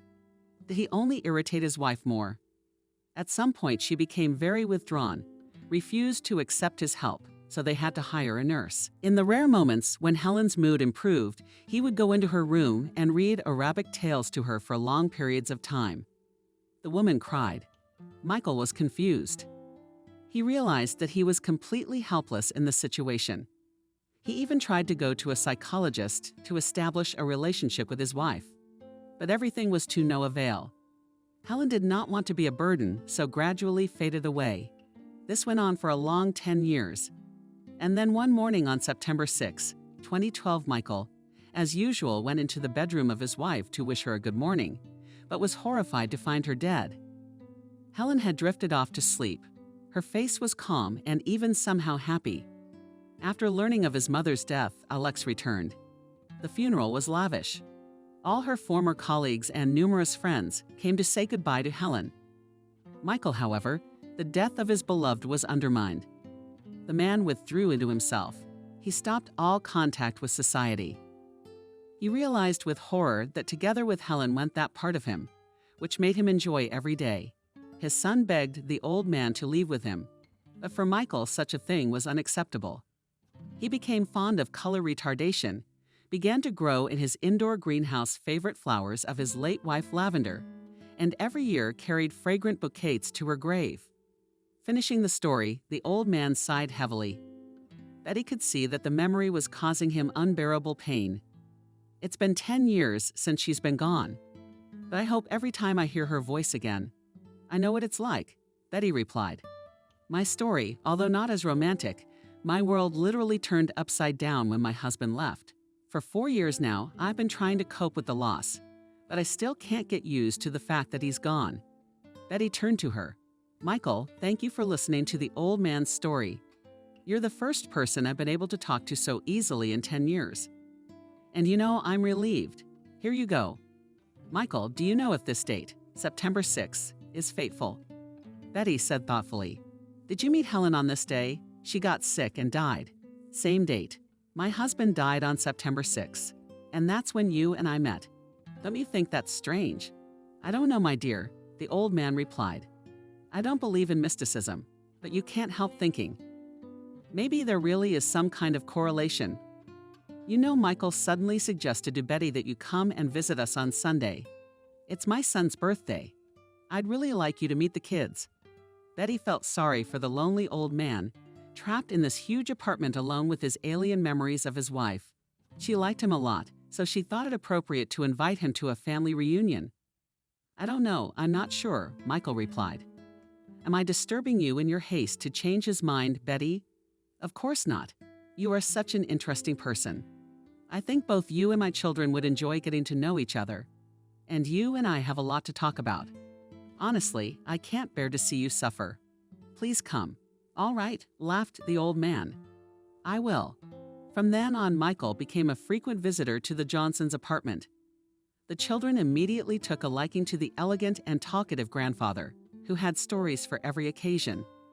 They listened for hours about his expeditions, travels to other countries. Often Michael invited them to his house. Katya was captivated by Krasinski's library. Together with Lisa, they read French fairy tales, looking at old engravings depicting the stories of Grandpa, and otherwise they did not call Michael. Spoiled the children with sweets. Showed them outlandish things, pickles he had brought back from foreign trips. Betty was happy to have such a friend in the family. They chatted constantly with Michael, sitting over coffee, discussing everything that could come to mind. As a conversationalist, the old man was unrivaled. He literally knew everything about everything. Little by little, Betty was getting rid of the heavy weight of the past. One weekend, Michael came to visit and immediately pulled Betty aside. Betty, he began. We've been talking for a long time now, and I'm amazed at how much in life anyone. I can see how hard you have to raise these wonderful children. Tell me honestly, are you happy with your life? I don't understand you, Michael. Betty replied, embarrassed. Of course I'm content. I have wonderful children, a roof over my head, and now I have a friend like that. Can I complain? That's a good answer. Betty, smiled the old man. But that's not what I mean. Let me get this straight. Do you have enough to live on? Betty opened her mouth, not knowing what to say. They hadn't discussed material matters. Yes, Michael knew she was a manager at a small firm. She never disclosed her salary, but it was easy to guess that it was barely enough money to support such a large family. The apartment was in treacherous need of repair. The car was literally screaming for an emergency. But did it really matter? Betty seriously continued, Michael, you don't say anything. But I'm not stupid. I can see you're having a hard time. And frankly speaking, it's a pity to see such a talented and versatile person wasting away on an unpromising job. So I'd like to make a suggestion. I talked to some of my old buddies. Tell me, would you like to work in a specialty field? You're surprised, Betty. What do you mean? A specialty? A translator? Betty, come on, there's a big company looking for a French translator. It's a prestigious job. It's a representative office of a famous French pharmaceutical company. Believe me, you'll be hired. I've already forgotten the language. Betty mumbled embarrassedly, and talked nonsense. Michael hastened to reassure her. You speak perfectly well. You don't even have an accent. I know what I'm talking about. If you agree, come to the interview tomorrow. It's more of a formality. But you have to come and get to know each other. You can start working right away. Michael, Betty couldn't believe what she was hearing was true. If you're serious, of course I agree. What time tomorrow? Wait a minute. What's Betty? Tomorrow is September 6th. Betty liked her new job very much. She constantly had to communicate with interesting people and regularly flew to France to accompany her boss. She had been in her position for 2.5 years. During this time, she managed to organize her life. Her children were transferred to a prestigious school. The eternal material problems fell away as if by themselves. Even her personal life had moved on. Betty had finally let William go, and one of her coworkers had a clear sympathy for her, which, to Betty's surprise, turned out to be mutual on her part. One day her phone rang in the middle of the night through a dream. She did not immediately understand the meaning of what she heard. A familiar voice announced that Michael Ferguson had passed away today. The old man had gone quietly in his sleep. Her heart stopped. Betty wept. Over the past few years, this elderly man had managed to become a true friend to her, even more of a family man. But his passing had not caused hysteria. She was glad that at last the man would meet his beloved somewhere in heaven, whom he had stubbornly refused to believe in with his mind, but recognized with his heart. Betty helped with the funeral arrangements. Rummaging through the apartment, she found a letter addressed to her, which Michael had apparently written shortly before his death. With trembling hands, she unsealed the envelope. Betty took out a neatly written piece of paper. Dear Betty, I didn't want to upset you prematurely, but I feel that I don't have much time left. I'm glad that at the end of my days, life has come back to life, and you and your children. It's a miracle. I tried to do my best to help you deal with whatever was keeping you from breathing a full breath. I want everything to work out for you from now on, so that nothing prevents you from developing and loving life. So please accept my humble gift for Kate, Herb, and Lisa, because I know that for yourselves you will refuse. With sincere respect and love, Michael. Betty was rubbing her hands over the sheet, not understanding what Michael meant. She was both happy and sad to receive such a message from him after he had left. Soon Betty forgot about the letter and plunged headlong into the abyss of everyday life.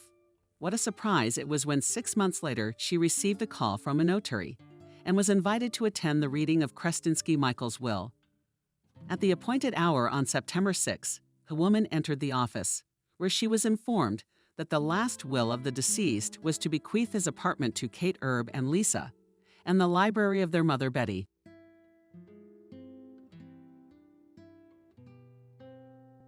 Subscribe and click the bell.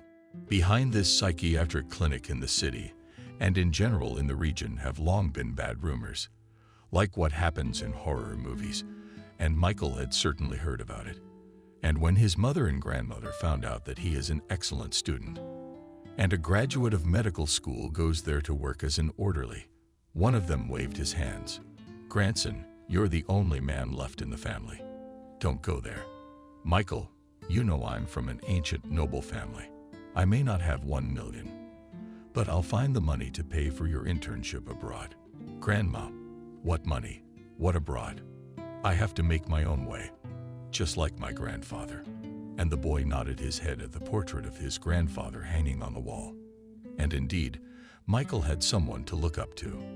His grandfather was a famous surgeon, and his father, who died in Afghanistan, blew himself up on a mine, saving the military. And so he decided to become a doctor, but not a surgeon like his grandfather and father, but a psychiatrist. Why psychiatry? My mother joked in the first year of school. But Mom, if the body my grandfather and father studied, so to speak, in detail, then psychiatry is a real field. For research, a Klondike. Yes, you're a researcher. I hope. Psychiatry isn't contagious. Oh, Mom, don't worry. It's not like it's the flu or anything. Maybe I can find my own unique method of therapy for mentally ill patients. Yeah, and bring people like Chikatilo back into society. So Adriana, please don't bring it up, said the grandmother, stepping in for her grandson. The case of this serial maniac was then on the rumor, and the whole country was following him. But the mother reacted too painfully to her. Michael understood her because her own sister Adriana, and his own aunt, the only close person, killed by an unknown assailant, and the culprit was never found. The investigator then said that it could be a maniac, but now in many women saw negative elements of society, especially if they stayed in such institutions as their own city institution for the mentally ill. Mom, you are an adult, and you understand that it is better to treat such people, recognize them as sane, and then pass a sentence, than to spend money on them to keep them in such houses as ours for years. And you're still defending him. The mother was outraged, but she knew her son's temper. Michael, you're just like your father, just as stubborn. All right, but don't complain to me about anything. Adriana, don't worry. My grandson will complain to his legal grandmother. You mean me? Betty gently ruffled the thick red curls of his favorite grandson. Grandma, but I'm not a boy anymore. Not a boy, but not yet a husband. So listen to your mother, but also to me sometimes. So they lived in the old Tsar's house, where they had a 5-room apartment with its own fireplace and a large library, luxurious balconies, which still kept traces of the old stucco. This house was in the very center of the city, stood on a small hill, and was considered one of the elite in the city. For it, even many rich men and millionaires, even one criminal authority gave crazy money for the family to sell their apartment. No way, said Betty's grandmother, who was considered the head of the family and whose word was final. This apartment will serve my great-grandchildren and great-great-grandchildren. So just stop asking me stupid questions like if I want to sell the apartment and leave me alone. That's all she said a few years ago to a city criminal mastermind. And strangely enough, but after that they really didn't bother them anymore. They didn't even start organizing invasion raids, as it often happened in those times. That's how they lived. Michael, dreaming of becoming a famous psychiatrist, and his mother and grandmother, whom he madly loved and idolized. No, there were girls in his life, and even an older woman, but he loved few. Yes, there was a crush, even a feeling like love, but nothing serious. He went on studying, falling in love, dating. Now he was interning at a psychiatric clinic in their town. Yes, they had talked the most horrible and heartbreaking, up to the fact that their orderlies and doctors have fun with mentally ill beauty. But no one could prove it. What do you want me to do? Michael asked his old friend Benjamin, who told him all this. Do. I really have to go over the border, as my grandmother says. But you know, you'd have to sell the last of it. And what would I do in that prosperous Europe? And you realize their methods and ours are probably incompatible. So that's where it stands.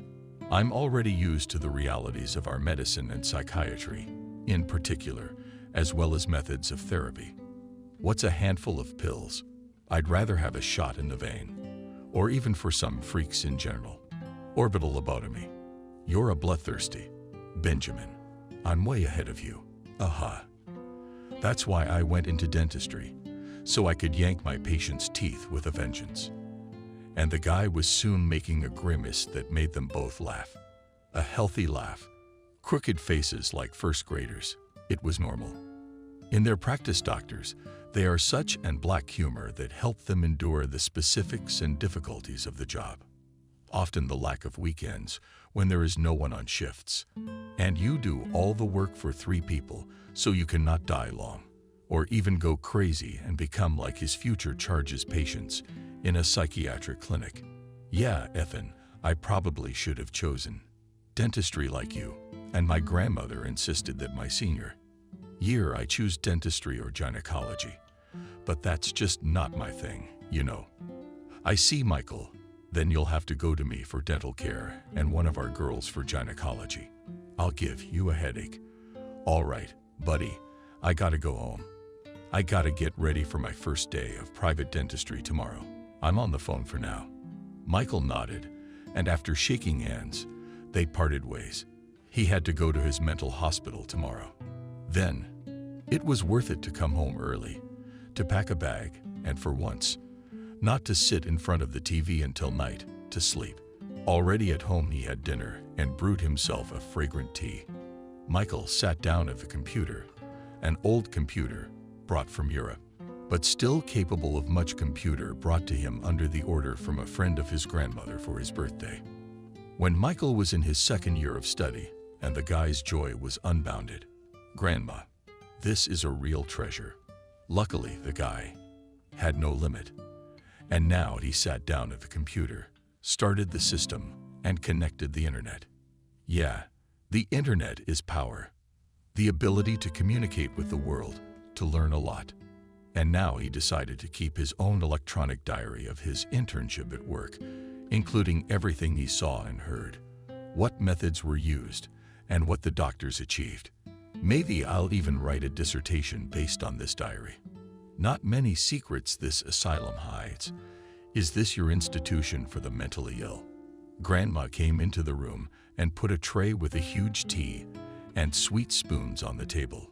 Yes, Grandma, I'm thinking of keeping a diary. Maybe I'll see something interesting, and there are strange things going on in your almshouse. Grandma, do you know something? Tell me, please. I know something. Betty sat down on her grandson's bed and thought about it. That sometimes I see girls and young women in weird outfits, but they also have ribbons in their hair. Grandma, well, the outfits are ordinary, hospital outfits. Maybe some suits came from humanitarian aid. And the ribbons? Maybe one of the nurses got sick. No, grandson, something else. Outfits. Grandma thought for a moment, and then said, you know, like in adult movies, a dress, short stockings, and netting. Somehow the guy raised an eyebrow in surprise. Strangely, he had passed by this place many times, but he hadn't really paid attention to the patients. His grandmother, on the other hand, did. She looked at her grandson carefully and then continued. And about the ribbons, you know, they're weird too. How can I explain it to you? Well, what caught your attention? Just tell me the first thing you noticed. The guy felt like a detective, but he was already wondering what his astute grandmother had seen. Betty pressed her lips together and then gave out. They're red with glitter. So what? Grandma, it's bright and beautiful. I guess crazy people like that. I don't know about that. You know, in my time, so to speak, pre-revolutionary ribbons like this were stuffed in the hair of girls of easy virtue in brothels. And here, they'd walk around like that, and they'd be highlighted with ribbons, so to speak. It's not human. You shouldn't make the poor and disadvantaged look like the poor and disadvantaged. Ugh. And also such ribbons flew hair only young and beautiful. Grandma, you're my Agatha Christie. Really, how many times have I walked by and just not paid attention? It's impossible not to pay attention to such an inferential outfit. All right. Well, I take what you said, and I'll pay attention. Maybe I'll uncover some kind of world conspiracy. And the guy smiled his beautiful smile, but he didn't know how close he was to the truth. This hospital was a place for the mildly insane. As the doctors would say, those who didn't require enhanced confinement. That's why the patients could walk by themselves in the equipped yard of the institution, awarded with a fence. But the guy would learn about it later, when he would encounter the most horrible and disgusting thing that could happen in his professional life. Monday turned out to be surprisingly sunny and similar, especially after a night of threatening rain and rain that walled the city. Yes, Michael thought. Waking up in the night and looking out the window to rain like that could wash away the whole city and my psychotic charges with it. But the morning was clear and sunny, and there was practically nothing left from the traces of rain, except for broken branches and leaves on the ground. "Yeah, it's a lot of work for a janitor," the boy said aloud. "That's right," said the janitor of the Sheck grandmother Sophia, who has been cleaning the yard. "Since 5 o'clock, she's already cleaned so much, and still waving and waving the broom. Good luck to you." And the guy, throwing his backpack on his shoulder, went to his new place of practice. On the approach to the psychiatric clinic, the guy decided to walk around it a bit, on the other side, so that he could see the place where their patients usually strolled, and to pay attention to what his grandmother was talking about yesterday. Indeed, there were several girls walking in the courtyard, dressed in very revealing outfits with brightly colored ribbons in their hair. But the strangest thing was not only the orderlies, but also the head doctor and his 2 deputies were standing aside. They looked at their charges and smilingly discussed something. And the head doctor was looking at Kathy, a new patient who had been brought in a few days ago, a victim of hypnosis, or rather a failed experiment of a psychopath, a doctor who practiced his trance technique on her. Yeah, the guy thought. Such things happen in the practice of doctors. As the grief doctor told the law enforcers, this method he tried to muffle her inner hunger. What kind of hunger? One of the investigators asked the doctor. Sexual hunger. She was just obsessed with men, always wanting sex. I tried to bring her back to a normal life, although so far I had to cure her with this method by my refinement, to cure her. Or maybe it was just you decorating her like that. I was saving her from herself. The doctor was sure he was doing good, but, as Michael thought to himself, having heard the girl's story and the doctor's testimony, he was no less crazy than his victim, whom he had turned into a vegetable. Yes, thought the new orderly from one prison, or rather office, psycho, experimenter to the clinic, or rather, a study, a psycho, an experimenter in a clinic where she was looked upon as a subject of pleasures and possible molestation. "Well, if you've got your eye on her, I'm gonna have to keep an eye on you, Kathy. Now I realize my grandmother was right about something. You don't dress patients like that. This isn't a catwalk, it's a clinic." Michael took out a pack of cigarettes and smoked, even though he'd only dabbled before. As his downstairs neighbor, Uncle Benjamin, who'd been in the camps for years, would say, he was translating product, also a colorful type. The guy remembered about him. But in reality, as he was an Urka and a political prisoner in the past owned such a 3-room apartment. Michael even once asked him jokingly, "Who will get your chambers and jacuzzi?" To which he replied, "Squint your eyes at him. Don't be jealous. I won this house with my teeth." And the neighbor showed his not too healthy strong teeth. "Don't look at my teeth. I can still do a lot. And the apartment is my mother's inheritance, not the state's. Believe me, Uncle Benjamin, but you don't have children." "Who told you I don't? I had a daughter, but she died in childbirth. So there's only one beloved grandson. But why doesn't he visit you? Where is he? Do you even know? Because he lives abroad. My daughter married an Arab. She fell in love and went to the Emirates. To tell the truth, she lived like a cheese in butter. I wouldn't give her that. But I guess you have to pay for everything. And I guess she paid the price when she gave birth. I'm sorry, Uncle Benjamin, I really didn't know. Hold on. There's a grandson. Have you even seen him?" "Yes, he came to my daughter's funeral. To her grave, to be exact. She converted to Islam and was buried on the day she died. So I only got the grave. I'm sorry. You're welcome. My grandson's growing up and my daughter's husband calls me and shows me his grandson via video link. He keeps asking me to come over, but I can't leave the house. Yes, and here I am among neighbors as my own and smiling through tears. Neighbor went to his apartment. Michael stood smoking under the fence net and did not understand why he remembered him. But fate would once again bring the neighbors together in this case, albeit in a very unusual way. And now Michael stood smoking, looking, and could not make a step and continue his way. "Maybe throw it to hell under his nose," said the guy. And then he almost jumped. On his shoulder lay the hand of William, the lead doctor, clinic, and supervisor of Michael's practice, who had seen the guy get off at the bus stop, how he had smoked, stopping under an old lime tree. And as he watched a group of paramedics walking in the courtyard of patients of doctors, laughing them among themselves, probably at some oily joke. "Who are you gonna leave? Certainly not the practice at our fun and games place, but I think you're overdoing it on the fun and games. No, it's definitely that kind of black doctor humor. It is so, sort of so humor."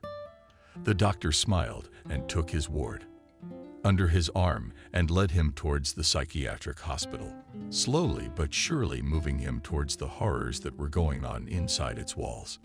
The doctor had already made the decision to either involve Michael in his games or simply deprive him of his sanity if he did not agree to participate. Why him? It's simple. Michael is a new man in their collective one not so long ago, by chance, and he's strong for his age, plus handsome. Here is such a boy handsome, which is exactly suitable for filming spicy movies. Already in the clinic, the head doctor Noah and William took him through all the buildings, floors, and wards. Yes, the views are not the best, and emotions are not the brightest. Why should he be surprised, though? He knew where he was going. Michael was tormented by his grandmother's reasoning, but he knew if he asked that question directly, he'd be laughed at. But at the most, he'd get suspended. And the guy would never find out.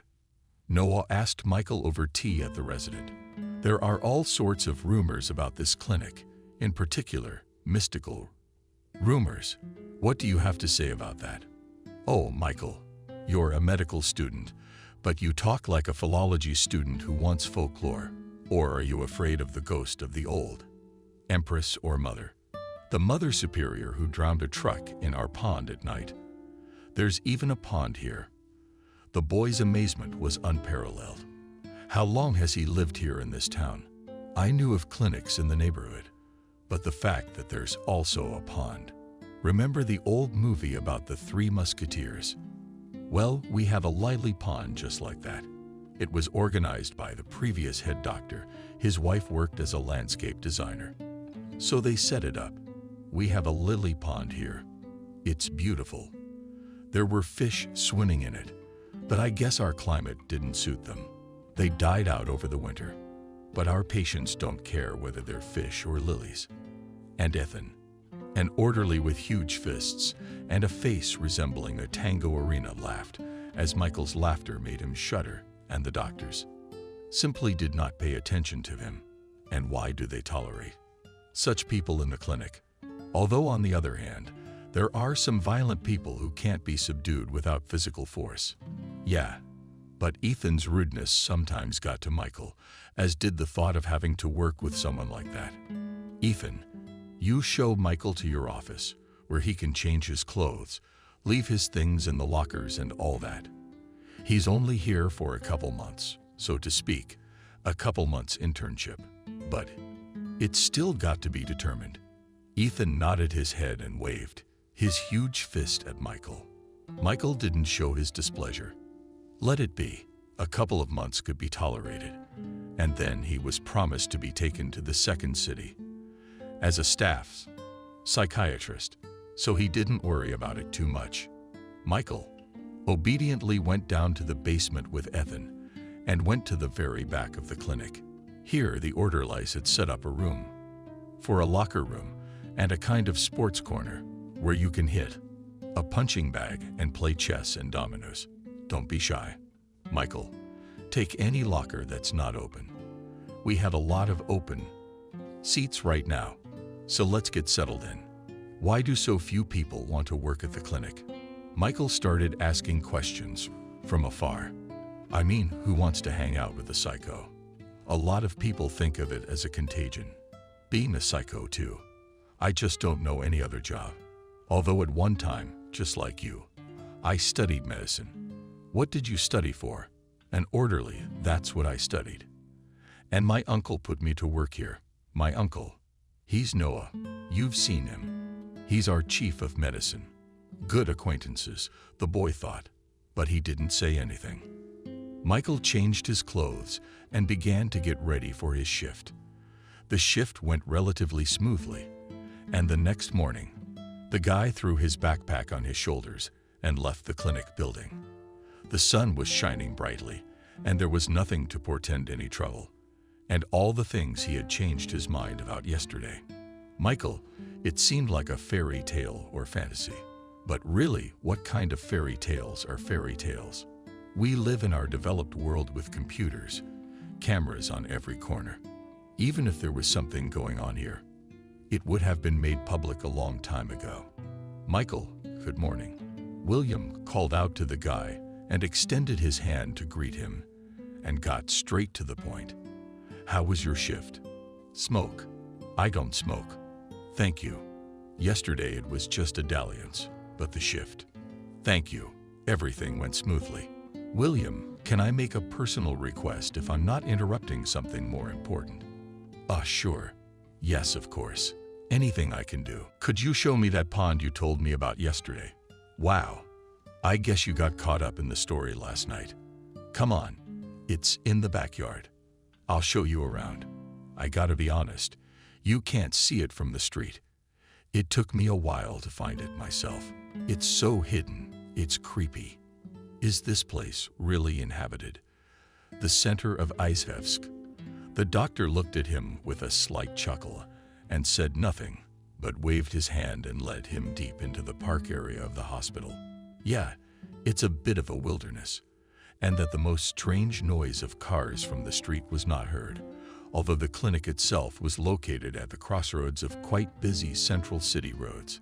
How quiet is it? And strangely enough, you can't hear much traffic from the road.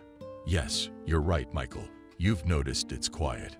And here's the twig itself, and the head doctor spread the branches with his hands and let the boy go ahead.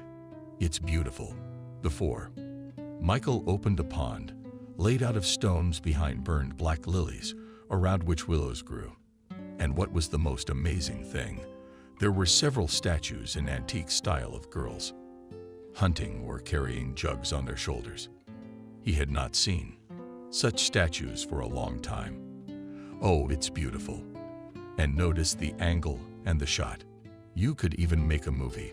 What kind of horror movie have you seen in our cellars? There's no such thing as a cellar. Why? There are some. Yes, imagine that. And they lead to the local cathedral of the Transfiguration, which is across the street from us. Are these cellars or cellars? I don't know. They lead to the monastery, and they say the monks at our clinic have the right people. And all because it wouldn't occur to anyone to look for a healthy person in a mental institution. Then there's been some kind of collapse in some places. Now these passages are impassable. That's for sure. No one's gonna come in here willingly. And then he noticed on the opposite bank the figure of a girl in a racy outfit. Kathy, he remembered her, because she had been brought here on the day when he had come to see the head doctor and applied for an internship at this clinic. The girl herself was not in the state she was in at the time. She was screaming at the doctors that the psychiatrist wanted to kill her.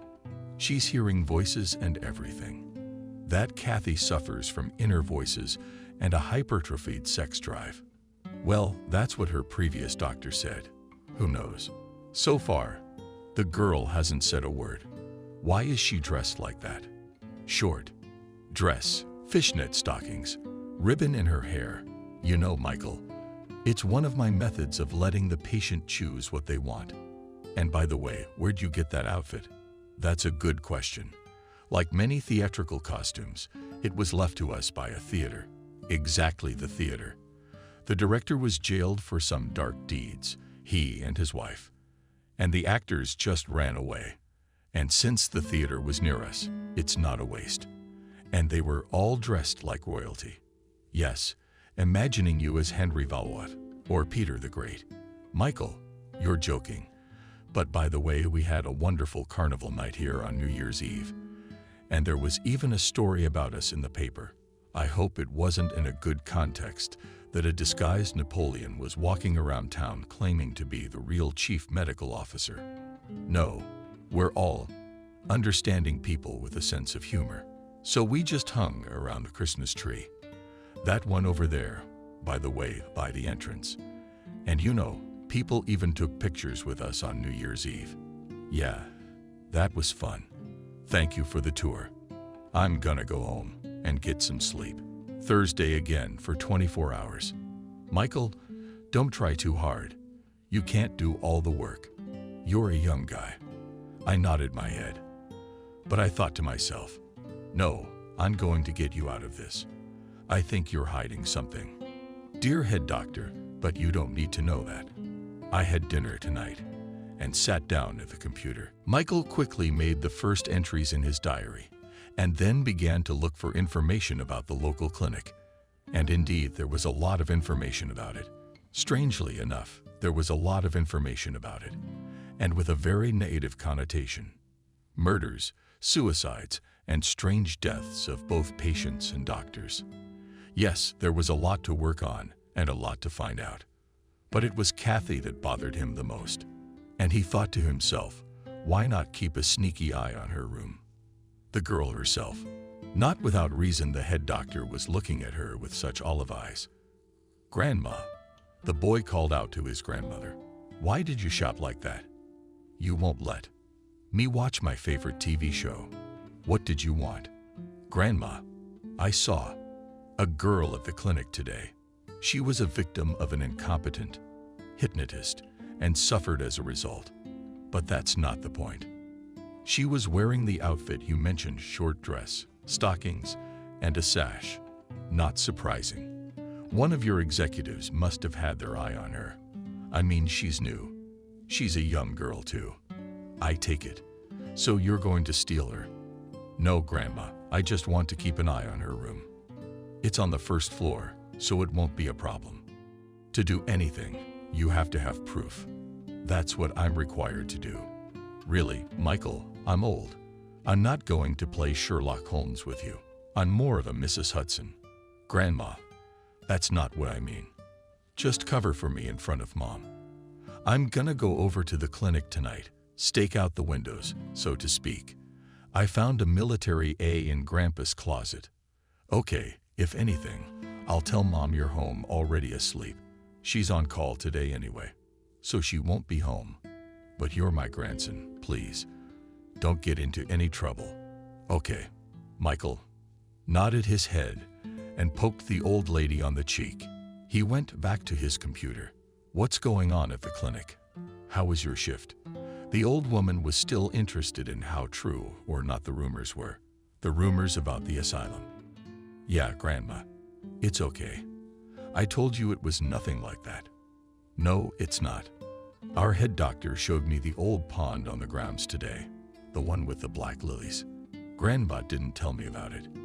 I went there and saw it because the wife of the former head doctor was my friend, and the pond itself is her creation. But the doctor didn't tell you that in the same pond they found the wife of the former one drowned.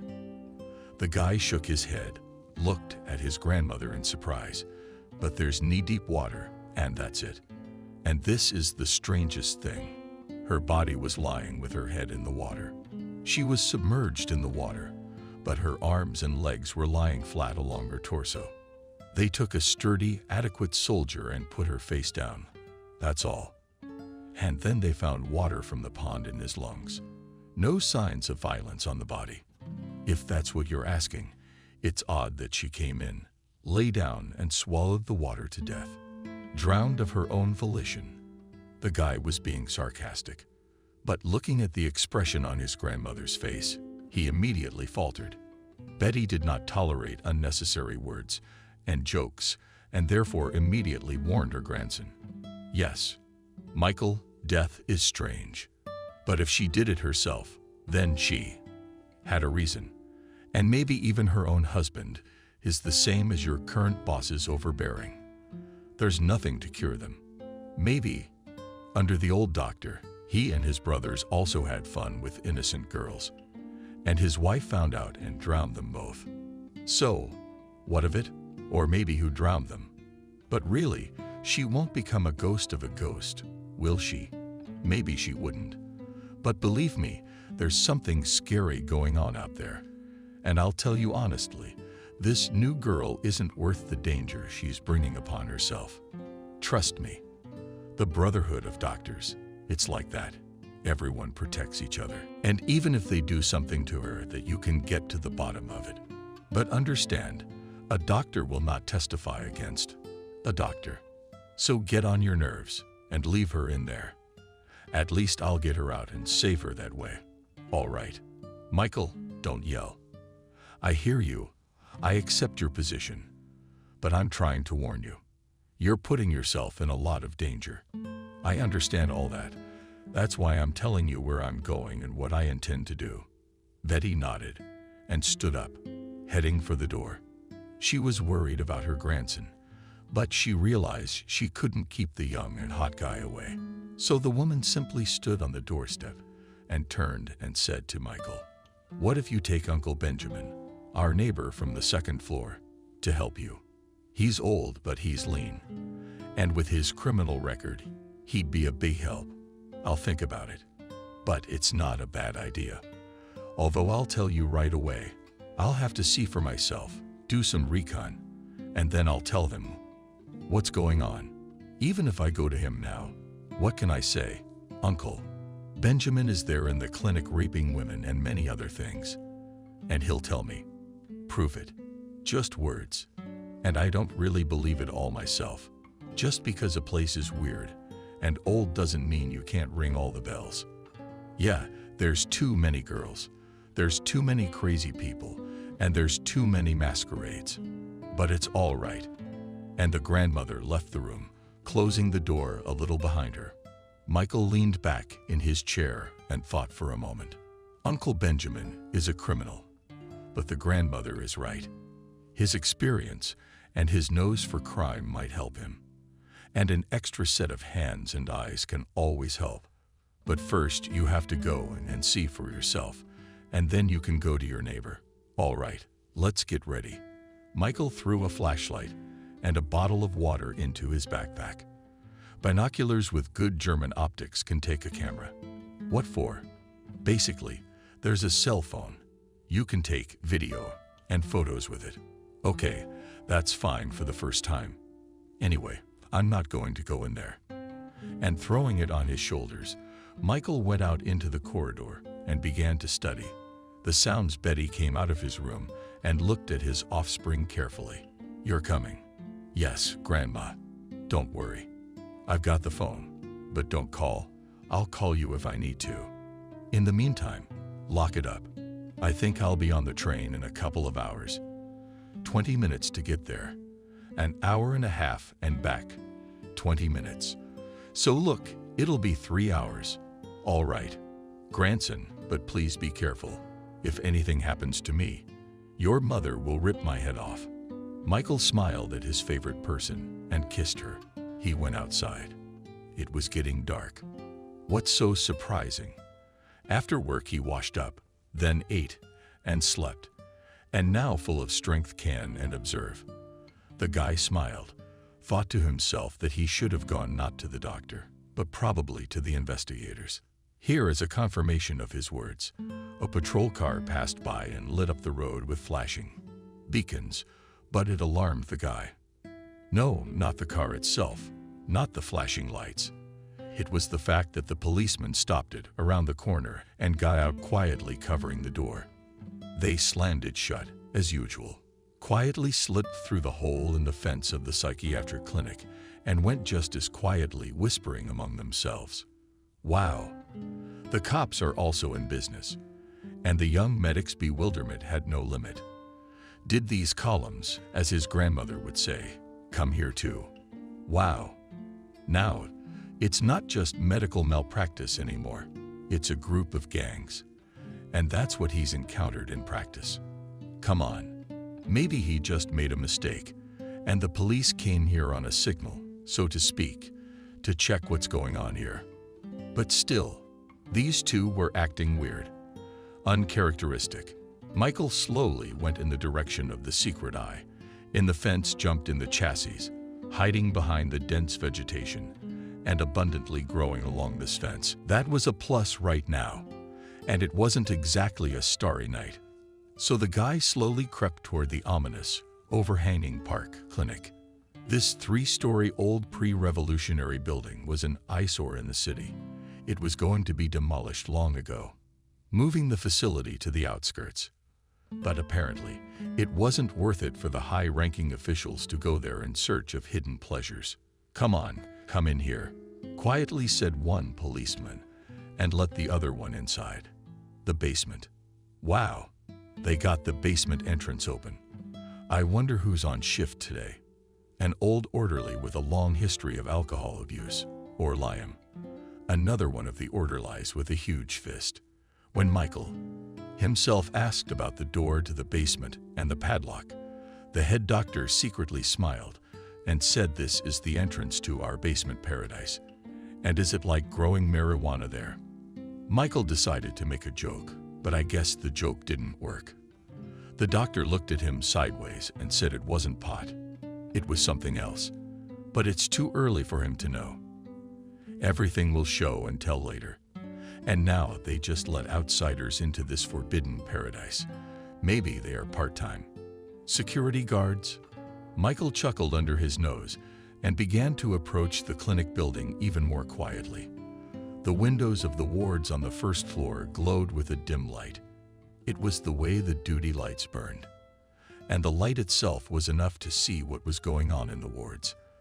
The guy intuitively approached the window of the room of the new patient Kathy, and from surprise, almost dumbfounded on the spot. Guy saw her sitting on the bed, dressed in a short school drill dress and with bows in her hair. Yeah, the guy almost whistled in surprise. And apparently, the girl heard his exclamation and looked out the window. Michael intercepted her gaze for a second. He was devastated. Apparently, she'd been pre-sedated with sedatives. But at the same time, there was a silent plea for help. But then, Liam and the doctor in charge entered the room, and the boy sat down instantly so as not to be seen. Michael sat under the window and listened intently to what was going on in the room itself. He heard the footsteps of 2 men and the creaking of a bed. Then the words of the head doctor. "Hello, Kathy. You're already dressed as well as you can be. Now let's go down to the basement with me and Liam. You'll find a lot of interesting things there." The basement where the 2 policemen went. Apparently, they had some sort of organized pleasure nook down there. And that's where they took her, drugged her with psychotropics. But what to do? The guy quietly sank to the ground and put his hands around his head. What to do? What to do? And then the front door creaked and Michael squeezed into the ground. 3 men came out of them and headed towards the basement. Good night was dark, and the yard of the clinic was not illuminated. Therefore, he simply was not noticed. But only the girl turned back, looked in his direction, and cried. Tears rolled silently down her face. Michael heard Noah begin to quietly soothe the girl and told the orderly, "Liam at the school, to her in the basement for another dose of sedative. We didn't want her to wake up at the right moment, and the chief of police wasn't happy with his new doll." "Yeah, sure, Noah. Let's get her in and give her a quick shot." And the trio began to make their way down to the basement. Michael had one single desire: to break into the basement and snatch Kathy out of the hands of doctors and cops. But he realized how impossible that would be. No, he was not intimidated by the company, the doctors and the cops, to do their dark deeds. But he realized they'd just smash him there. And that would be it. And no one will know where his grave is. Call the militia. What will he say there? The head doctor and a policeman raping a mentally ill patient won't believe him. And even if they do, what's next? But the brigade will arrive on a call. And what? Nothing. If the police come to such costume parties, it means that the management is aware of it, and at least the case will be closed. At the most, they can either kill him in the same basement and bury him here or put him in jail for something. I mean, even if it's for abusing Kathy. So think, Michael, think. Maybe you're imagining things. Yeah. And the cops are here for nothing. But at that very moment, the basement door opened and a policeman came running out. "Vasia," he shouted, "I've been away for a couple of hours. There's an emergency at the police station, but I'll be back later. Leave me that girl for later." And the policeman rushed to the car. The guy heard the engine roar and the tires skid across the sand. But the strangest thing was that from the cellar no one answered him, and no one had ever closed the door. It wasn't locked. It's called come in. Whoever wants in and whoever wants out. Whoever wants in and whoever wants out. Michael rushed to the cellars and started to go down the stairs, listening to every sound. But he heard nothing, neither footsteps nor any other sounds. There were supposed to be at least 4 people down there, and they certainly weren't singing lullabies. But maybe it was for the best. The boy opened the cellar door and slipped inside. The corridor was sparsely lit, and there was a pantry open right next to the entrance. The guy peeked into it just in case, to make sure there was no one there. And in case of emergency, he could hide in this room. Yes, there are shelves and bears in principle a place for a hiding place. But at that very moment, at the end of the corridor, footsteps were heard. It was the guest of the night police and the head doctor. The boy immediately recognized the figure of his superior. They were talking quietly about something, and as they approached, the boy could hear what they were talking about. What he heard made him not just overcome, but terrified to the point of truly experiencing fear not only for the poor girl, but for his own life. "Noah, thank you for the welcome. But you see, the warden's gone. We've had an emergency at the council since this morning. The commission's here, so we're saving Kathy for dessert, so to speak. Yes, you understand correctly. Everything is normal. No excesses or incidents. No one is interested in anything. Yes, in principle, everything's fine. Except we got a new orderly coming in for an internship. We didn't apply for the internship, but he did. So, they're interested in the job, and the clinic in particular. Why are our patients dressed so oddly? Of course, like you said, it's all been blamed on the tour and the theater we had a year ago. And then they disbanded it. But I don't think he believed it. So what do you suggest? Maybe we should press him a little so he doesn't stick his nose where it doesn't belong. No, I think I can handle it. And you know, it's normal to be questioned about our clinic. Michael listened and realized it was about him. His breath cleared, and he even found it hard to breathe. And as luck would have it, the couple stopped near the open door to the storeroom, where the new employee was hiding behind the racks with his colleagues. The policeman looked into the storeroom, but seeing nothing, quietly said to the head doctor, "Okay, Noah, let's postpone our sit-downs for the time being. Lie down while holding this girl. The chief liked her, and the school drill outfit matches. We'll be there in a couple days. In the meantime, we'll be in touch. Call me if you need anything." The head doctor didn't say anything. He escorted the guest outside and returned a couple minutes later.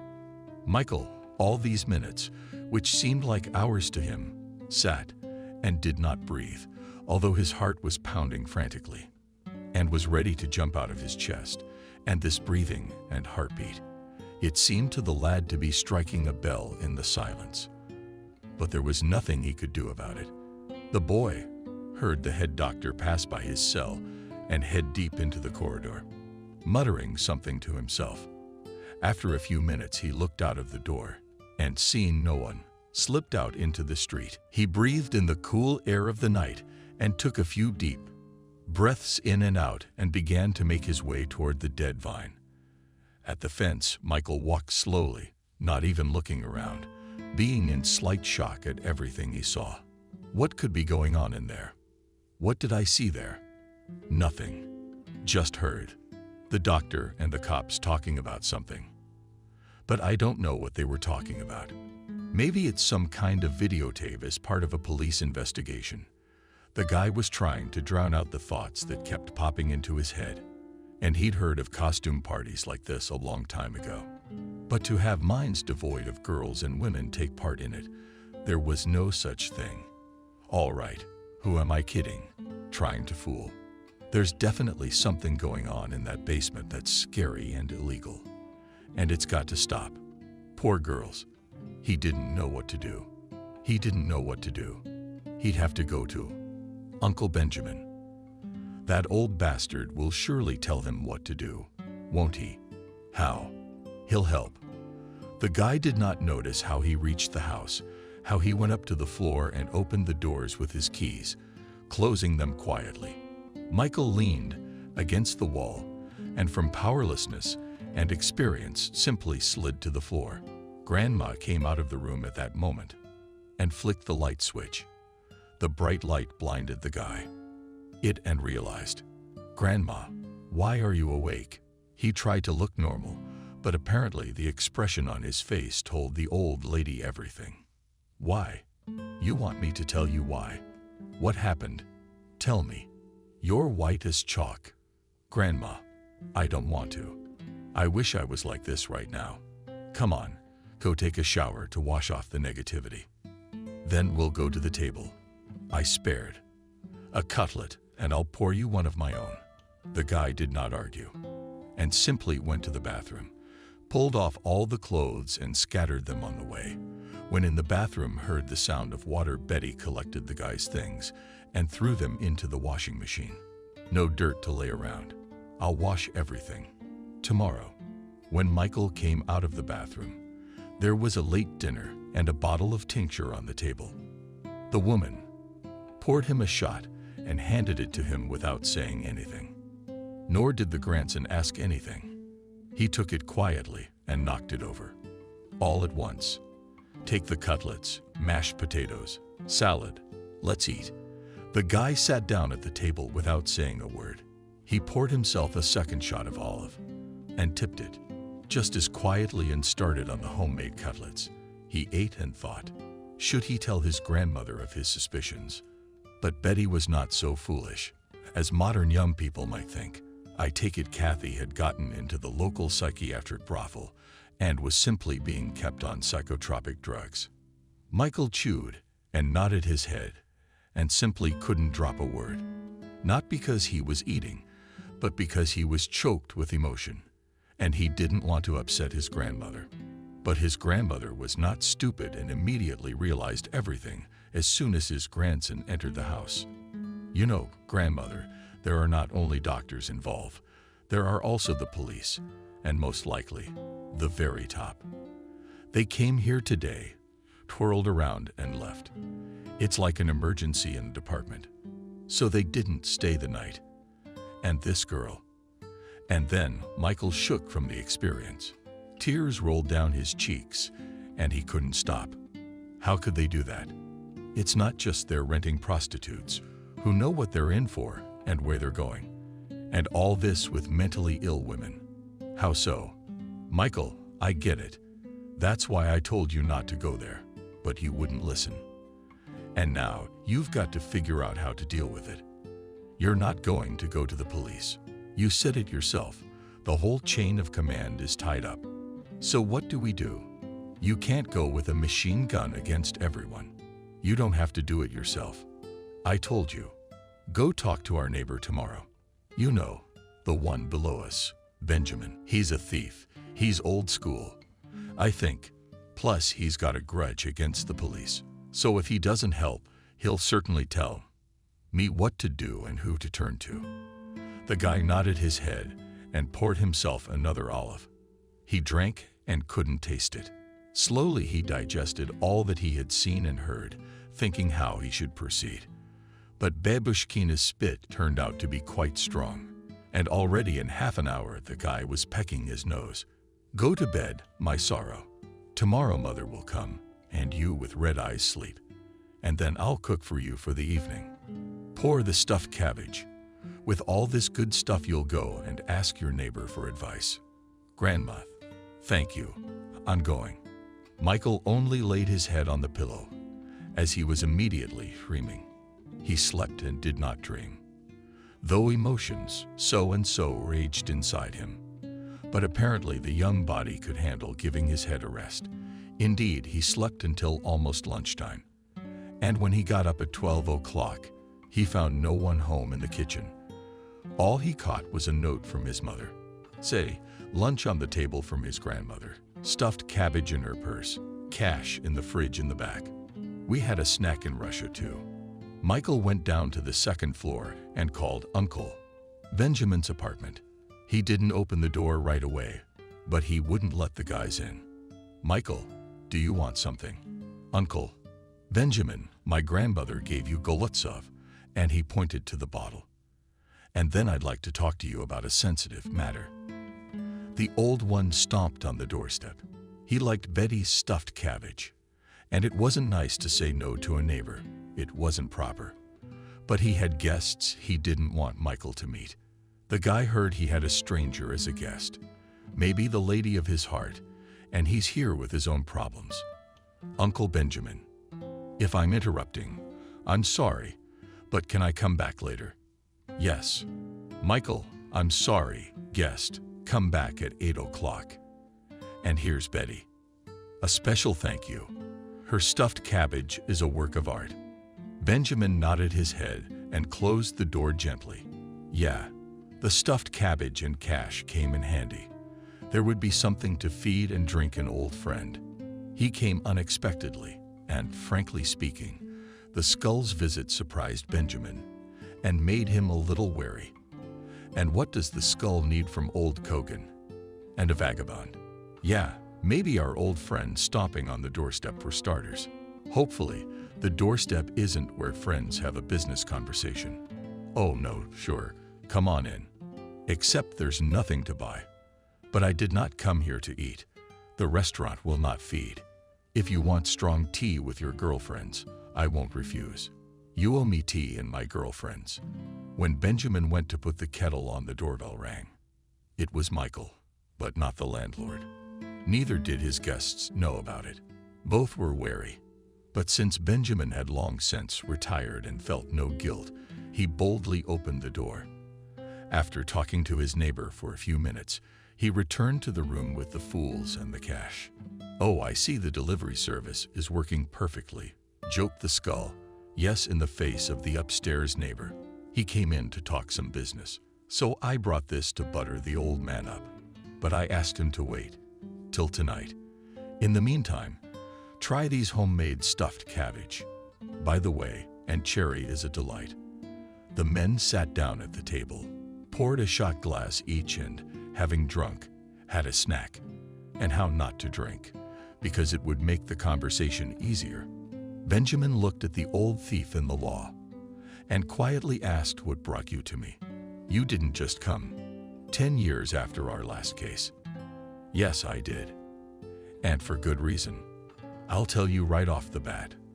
I was put in charge of this town not that long ago, but I think you already know that.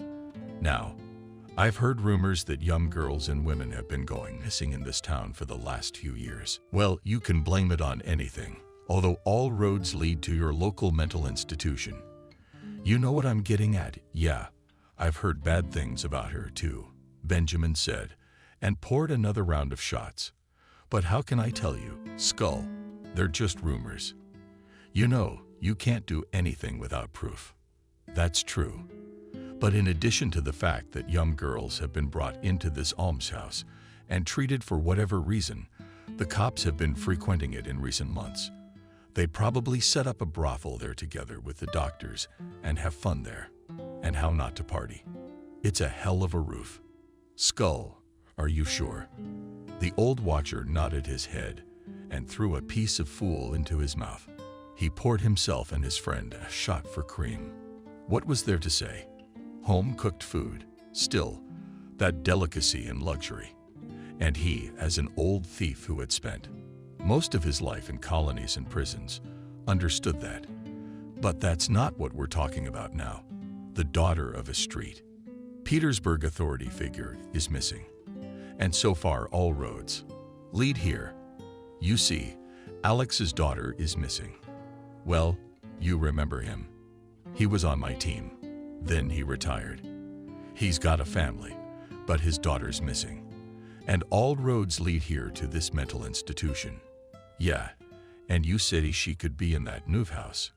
What about him? What did he do? He's been raising his own, and he's almost filed a police report. But nothing. Benjamin sat and thought about it. He really heard from his friends that in the last couple of years young beauties began to disappear and that it was the doctors or the cops who were involved. But that was talk, and no more evidence. But if the daughter of an authority figure has disappeared and the tracks led here, that's serious. Skull, couldn't it be a banal showdown? It's been speculated. But no, that's not it. Is that why I need your help?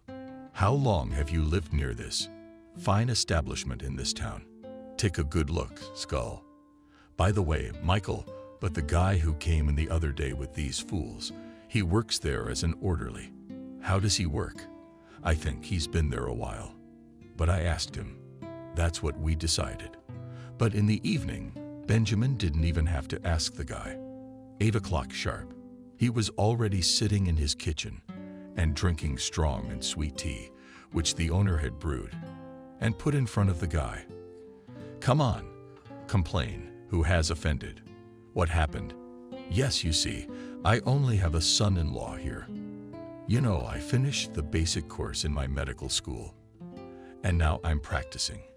But guess what? I know our psychiatric clinic. I've complained before. And I warned you, it's gonna be tough out there. But what happened? And by the way, I have a couple questions for you about your psych ward. Later, though. Now, come on, tell me. So my grandmother and some other people said there was something going on there, but I didn't believe it. But my grandmother pointed out one thing to me. They dress. The young and beautiful in short dresses and stockings and braid their hair. And do you know why? Michael looked at his neighbor, and in his throat stood. He couldn't say it out loud, but he knew he needed help, at least in advice, at least in deed.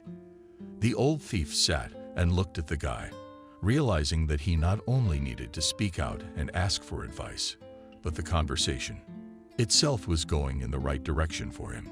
You see, Uncle Benjamin, they raped them there. Maybe they're even videotaping the whole thing. The guy just gasped at his own words and the realization that Kathy was there and what could be done to her.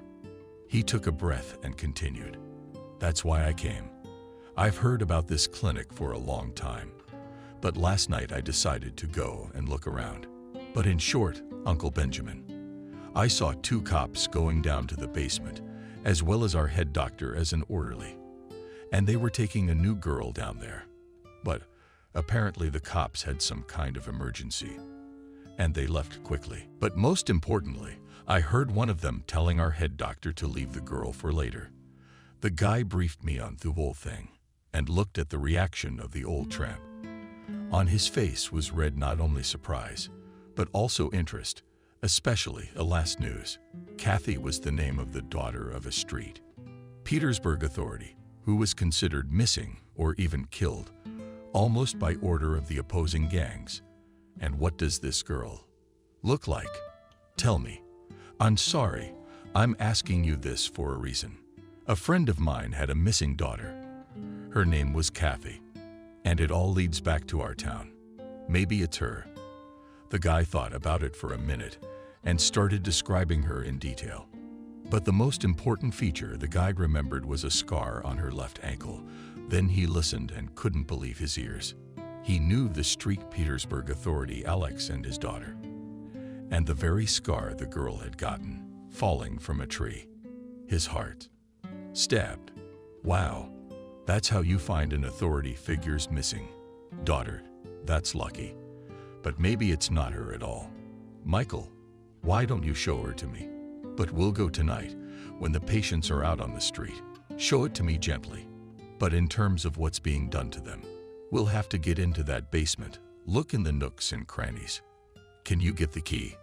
Michael shook his head negatively, but Benjamin just waved his hand. What can I expect from you? He went into the room and rummaged through the closet. A set of thieves' lockpicks was there. Basically, we can look inside this basement at night. Okay, Michael, when are you going to work? Tomorrow. Well, we'll go together early in the morning. You'll show me from afar the basement, and then if you're psychotic, sorry, patients are walking around. Point your finger at Kathy. They don't go out this early. They only let them out at lunchtime and in the evening. Okay, well, just show me the basement, and then at lunchtime, I'll come to that walk, and you can show me Kathy. But why? Uncle Benjamin, you think she's your friend's daughter. I knew for a fact she was no fool. From your description, it looks like it, but I'll have to see for myself. So, Michael, it would help if you showed her to me. As for proof, I can pick any lock. Just dibs. It's our secret. I'll look, and then, if there's anything interesting, we'll figure out how to proceed. Michael was fine with that, and he calmed down a bit. But then I asked him the same question. What if there is nothing there that can be caught on? Michael, you're like a little child. I know exactly what to look at and what to look for. And then we'll set up a camera and film their antics. The old bastard chuckled, but when he looked at the boy's face, he stopped short. Yeah, I guess he wasn't laughing. Although, if you think about it, it's the height of cynicism to do such a thing as people in white coats and the police cover for them. Yeah, I got a special thing for the police. Plus, if this Kathy brothers thank me very much. Michael, I'm sorry. I guess years in places not so remote haven't made a saint out of me. But I do feel sorry for your charges, especially since some of them were just stabbed with antidepressants and sedatives, and now they're doing this. But that's okay. I'll take a look. We'll set up cameras if we have to. Then I'll report everything to the gang, and they will disperse your gang in no time. Michael listened and understood that the neighbor could do all this. But how to get the whole gang out? Uncle Benjamin. But understand the proof for your friends is good, but the case must be taken to court. Michael, do you take me for a fool? Imagine for a minute, if we're looking for my friend's daughter, he'll make such a scandal. He'll involve everyone he can. Lawyers and press, law enforcement, you name it. But most importantly, your head doctor and his cronies won't get away. That's what I need. Michael closed his eyes and leaned back in his chair. For some reason, he believed this old jailer, although he realized that Benjamin was not without sin. All right, Benjamin, let me show you the loophole in the fence at the entrance tomorrow, and then the cellar itself. And you can come to this vine by 12 o'clock. That's when our patients take their lunchtime walks. I'll try to show you Kathy. Benjamin nodded and sipped from a cup of strong tea. He was satisfied with today. Helping Skull and freeing Kathy would be a big plus for him, and he'd been wanting to mess with the cops for a long time, if they were really nasty in that asylum. Michael got up and went home. It was almost 22 o'clock on the clock. It was necessary to wash and sleep. Tomorrow was a crucial and decisive day. In the morning, Benjamin, already 6:45, stood near the entrance and smoked. He put on a dark, unremarkable suit cap and dark glasses. He pulled up a cigarette and thought about the situation with Michael, Kathy, and this almshouse in general. Uncle Benjamin, hello. Michael greeted his neighbor and extended his hand to him. The man flashed him a cigarette and shook his hand. Quietly, Michael said, "Just call me Benjamin without uncle. I feel like an old man. I'm not young, but I'm not an old man at heart. All right. You ready to go?" He nodded, and the men walked slowly in the direction of the psychiatric clinic, talking among themselves. Like old friends, Michael walked and looked around so as not to catch the eye of the head doctor or one of the orderlies. There was no need to draw attention to himself.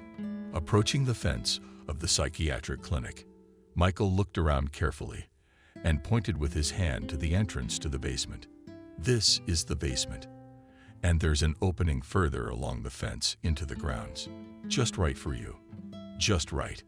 Now let's move on. They went further, passing the very gap in the fence, which was so advantageously disguised by the leaves of wild ivy and vines. Michael looked around again and pointed to the platform. In front of the main entrance, this is our so-called women's quarters, and it's where our patients walk from 12 until lunchtime. If anything, I can say from my observation, Kathy often likes to stand under that London tree, which is closer to the road. I've noticed her standing under the tree a couple of times, looking out at the roadway. Kathy nodded his head and lit a cigarette. He went on his way, throwing a few words to the guy. Good, then I'll see you tonight, or rather, tomorrow. Drop by my place in the evening to look at the collections. Michael looked at his neighbor and said nothing. He's weird. But on the other hand, he needs help now. And if the neighbor helps, it will be great. After all, even one life-saving achievement of medicine shift this day went quietly. No incidents, excesses, or patient antics. No nighttime police visits that might have suggested bad thoughts. Except that Kathy was restless this day. Michael watched her from the residence window, and at one point, noticed the girl becoming anxious. She began to wave her head intensely, and her ribbons in her hair fluttered in the wind. Then she turned abruptly and ran away from the fence. Directing his life toward Black Pond, the boy looked carefully at the roadway. Near the curb stood a dark blue, unremarkable car, old, but on the move. Strange. Who is it? Michael said it out loud. And then another orderly, Liam, turned around and looked out the window. What kind of car is that? We've got to get to the bottom of this. And he ran out of the office. And in a few seconds, his broad back, the guy saw near the fence. The orderly waved his hands, shouted something in the direction of the driver. But apparently, it had no effect. A few minutes later, though, when the chief physician started to approach the car suddenly sped off. That's an interesting situation. What's all the fuss about? It's just a car. You can't even see through the tinted windows. Who's in there?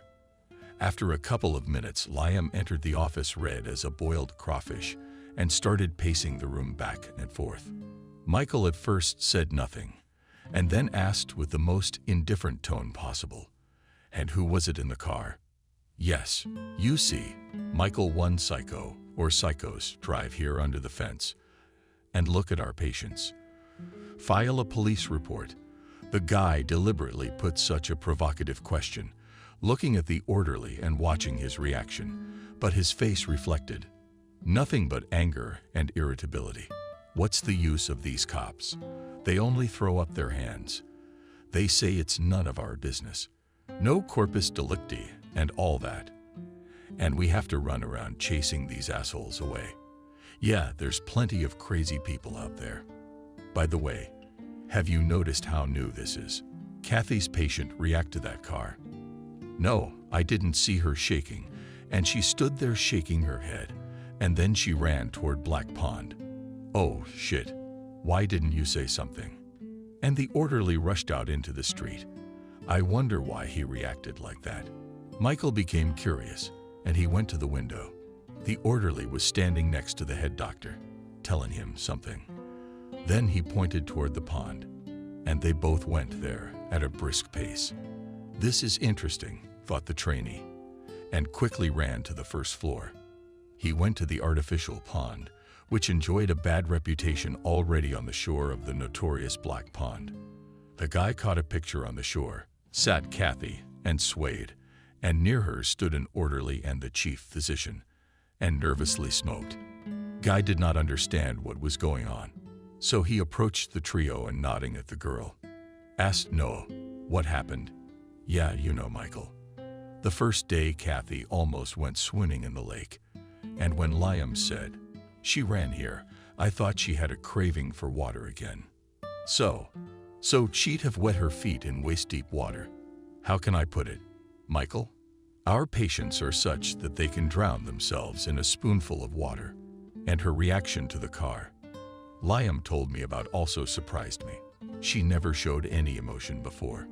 Maybe the hypnosis has stopped working, and she is coming to her senses and grieving. You've probably been skipping classes on the subject of hypnosis, and it's the kind of thing that doesn't weaken over time. It's not sleeping pills or tranquilizers, is it? I guess, Noah, I guess. Both Michael and the doctor in charge stood by the lake for a few minutes, watching as the orderly took Kathy to the women's ward. I wonder what's going to happen to her and why she reacted the way she did to the car parked near the fence. Is there something to that? I'll have to tell my neighbor about it. Maybe he knows something, but the neighbor was the one in that car. Benjamin kicked his old broad out of the garage and thought it would be more convenient to watch the loony bin on wheels. It was at 1:30 that he drove the car up to the place where the loonies were strolling, and oh joy, near this fence stood Kathy. It was the daughter of the St. Petersburg authority figure. There was no doubt about it. Yes, he had seen her about 15 years ago. She had grown up and become a beautiful girl, but her eyes were still the same, just like when he'd seen her at her birthday party when she was 7. I wonder if the scar is still there. I should ask Michael to look at the scar on her leg. That's the only way to tell. I parked Benjamin's car with the window down and looked at the girl carefully. They must have drugged the poor girl with some pills. She's as good as dead. Eyes blank, all dressed up in some stupid costume. Yeah, I guess the guy's right about it all looking like something. The man rolled down the passenger side window more and called out to the girl, "Kathy, listen to me. Don't be afraid. I'm Uncle Benjamin. Do you remember me?" The girl stood there for a minute, paying no attention to the car and the driver. Then she turned her head and looked at him. At that moment, Benjamin waved his hand and smiled. But a meaningful thought suddenly flashed on the girl's face, and she began to shake her head, and then screamed and rushed running towards the park. Shit. Benjamin didn't expect such a reaction, and so quickly, closing the window, rushed out of the place in the direction of the city. I don't want to be seen here, otherwise they'll dump the office. Benjamin drove around the city for half an hour, and coming back, he could not resist and drove slowly along the fence of the psychiatric clinic. But there was no one in the yard. It must be lunchtime, the man said to himself, and decided to have a snack. He turned the steering wheel and headed for the nearest cafe to drink strong flavored coffee and eat a sweet mug. He had long favored this cafe with its own pastry shop. It served the strongest coffee and delicious pastries, just like when he was a kid. Yes, the man thought, when my grandson comes to visit me, I'll definitely bring him here with his father to drink coffee and eat more delicious food. But emotions came over Benjamin at the mention of his grandson, and a traitorous terror returned to his eye. "You're not well." The waitress came up to the man and handed him a menu. No, the girl just remembered his grandson, who lives abroad with his father, and thought that it would be nice to bring him here. It's just a bit of a rush, so to speak. I understand. Coffee and a mug for you as always. Although, you know, I'd advise you that our pastry chef has never tasted better. Let's have your labor. We should try it. Because, girlfriends. The man drank coffee and smiled at the rays of sunshine that penetrated the cafe, fell on his table and hands. It was so good to just sit there and think about nothing and enjoy every minute. But he had to go home and think about how to plan his evening, or rather, his night out at the clinic. Benjamin paid for his coffee and, leaving the waitress a generous tip, drove home. Already at home he slept, touched up, under the shower, and after making himself a strong tea, sat down in the kitchen. Coffee is good, but strong and sweet tea helped him to think. Probably Habits from places not so distant were making themselves known, but he had long ago stopped paying attention to the fact that he was sitting down and what people would think of it. And now he was helping a friend whose daughter had disappeared under very strange circumstances. A traitorous terror came to Benjamin's eye again. He remembered his daughter, beautiful and clever, who had gone to the Emirates and found her happiness there. How she was happy about her new job. And her husband, who, to his credit, loved her very much. Pregnancy and rejoiced. But, so Benjamin and Nikita do not need to wipe the snot and pull Kathy. And the man began to pack a backpack, a flashlight, and an old lockpick set for a night out. Machine oil, so the lock wouldn't stick, if anything. Now, having lost one daughter, he wanted to help his friend Kathy's daughter get out of the asylum. The man had long thought about why she had been kidnapped a year ago from her father's home, and many people had written it all off as a thievery. But that's not the case here. Alex is a competent and clever man. He's handled the most heated disputes, so sworn enemies parted as friends and best partners. And here, who would take revenge? No, the man shook his head. It's something else, he thought to himself, not what others think. Why did he think that? He didn't know. But if the girl he'd seen today was Kathy and was his friend's daughter, Benjamin realized what the reason might be. The girl had an unearthly beauty, her figure, long blonde hair, blue eyes, and she had the same mind as her father. And if he was right, then she was probably kidnapped by visiting tourists who were in the business of kidnapping and shooting racy movies. Maybe that's what happened. But the man was simply afraid to think what Kathy might have done. After all, even among the right criminal authorities, violence is a forbidden topic. A woman must be loved. She must be persuaded. You have to placate her with gifts and kisses, but you can't rape her. All the more to shoot nasty things against her will. It's one thing for a woman to do it for money. It's another to rape her. Well, it's gonna be all right now. Be patient, Kathy. Throwing his backpack over his shoulders, Benjamin went out into the street and headed towards the psychiatric clinic. It was already dark, and there were no stars in the sky. What pleased the old thief? He quietly approached the fence and skulked away, but with a ducking motion. He stopped imperiously under a tree and looked around. There was no one. There was silence. It was ringing dark. Only, in the windows of the first-floor patients' rooms, there was a dim light burning. That's good. That means I won't need a flashlight. This light will suffice. And the man rushed to the cellar, quickly oiled the lock, and opened it professionally. Benjamin did not hang it in place, leaving the door covered, but not tightly, so that in case of need he could quickly run out. The hinges should be oiled as well. It wouldn't be good if the door suddenly peeked open quickly, coping with the hinges. The man began to listen to the sounds in the basement and slowly walked forward. The hallway was quiet. On the left side were storerooms, some closed, others without doors. That's fine, the old thief thought. There will be a place to hide in case of trouble. Strange, where these subhumans had found a porn studio. But at the very end, Benjamin saw a massive door, so stuffed with felt. Yeah, there you are, and soundproofed at the very end so no one could hear the girls screaming, the bastards. He went to the door and listened. But what kind of work had been done there? But what kind of barrier was there? There was no door that could not be opened by an old thief who had gone through a fine school. Indeed, the locks were also hidden under a layer of felt. Good point. No sound will get through the gaps. Well, that's clever, but I'll get you open. The man lifted the layer of felt carefully and listened. Quiet, which means no one. That's good, which means we can work. And Benjamin carefully began to pick the lock. Yes, it's a fancy lock, but for a craftsman like me, it shouldn't be too hard to pick. And after a couple minutes, the man opened the door to the secret studio. Wow, that's quite a spread. The furnishings, state of the art, Technology and newfangled digital equipment, all put to great use. No wonder with the police running it all. And apparently, they're making a lot of money. Yeah, I guess crazy movies are popular with crazy people.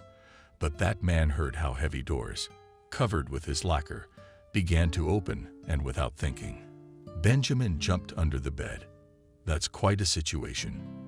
At least the bed was wide, and it was covered with a long sheet all the way to the floor.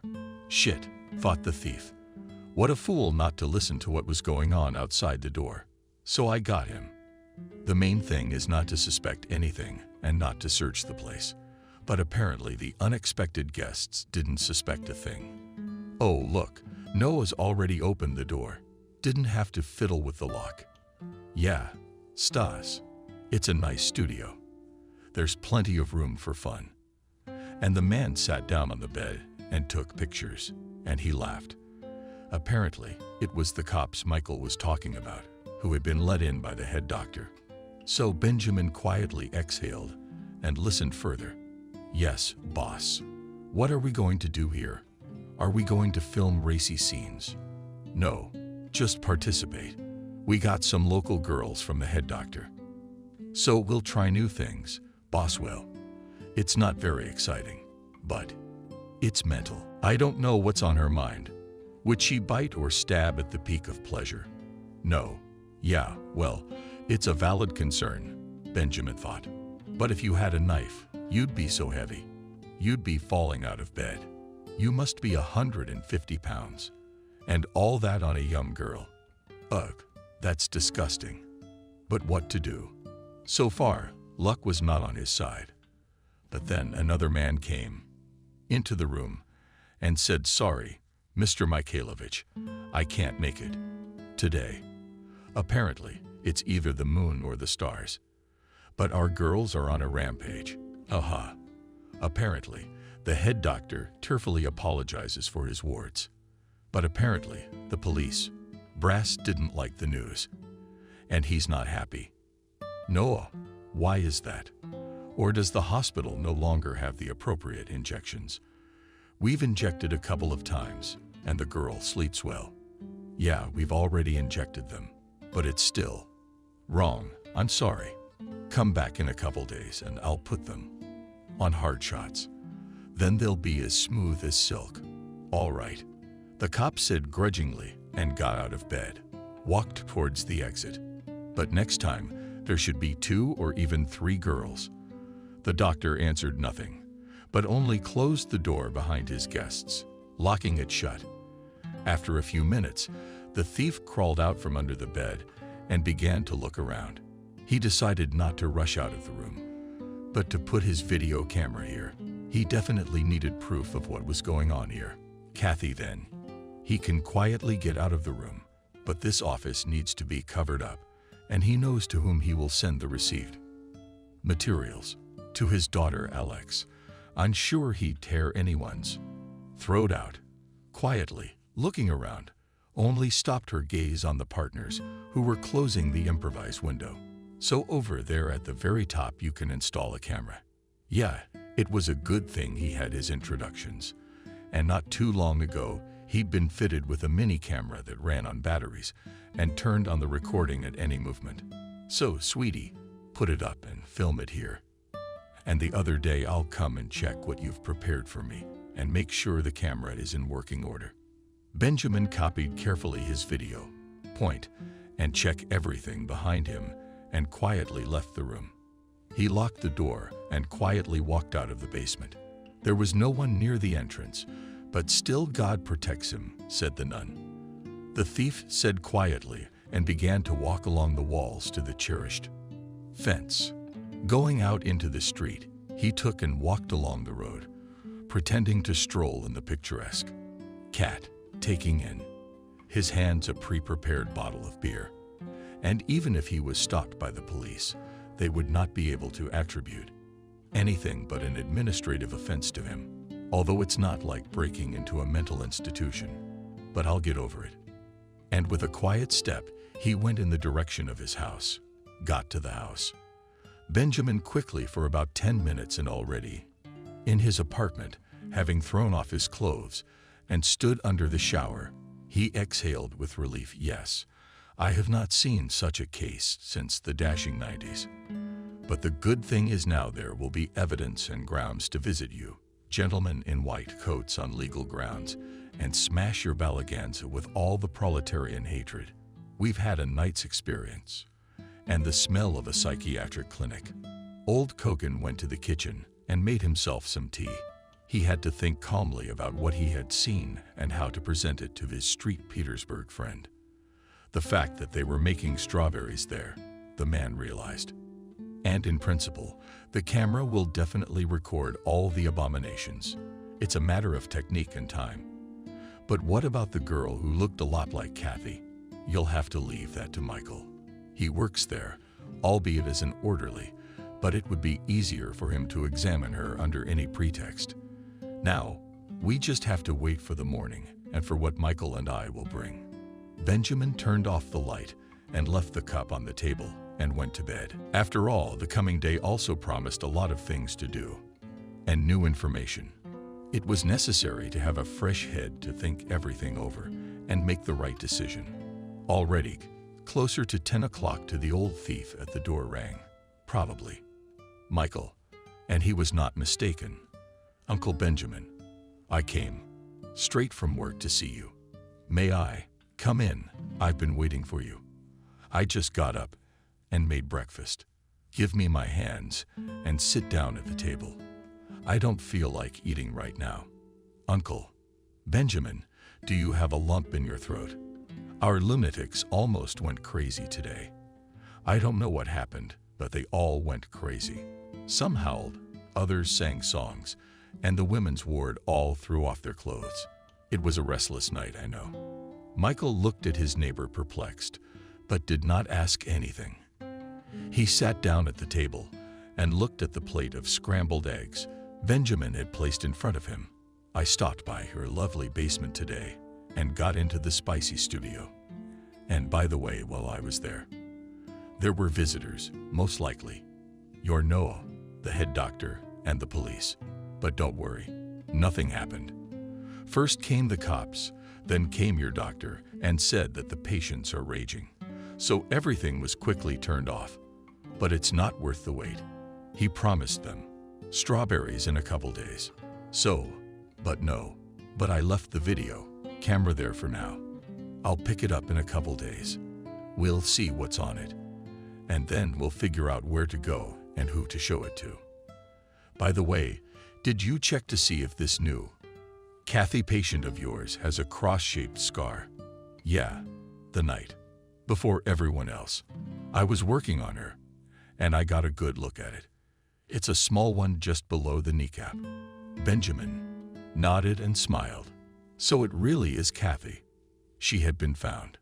There was no doubt now. That was good.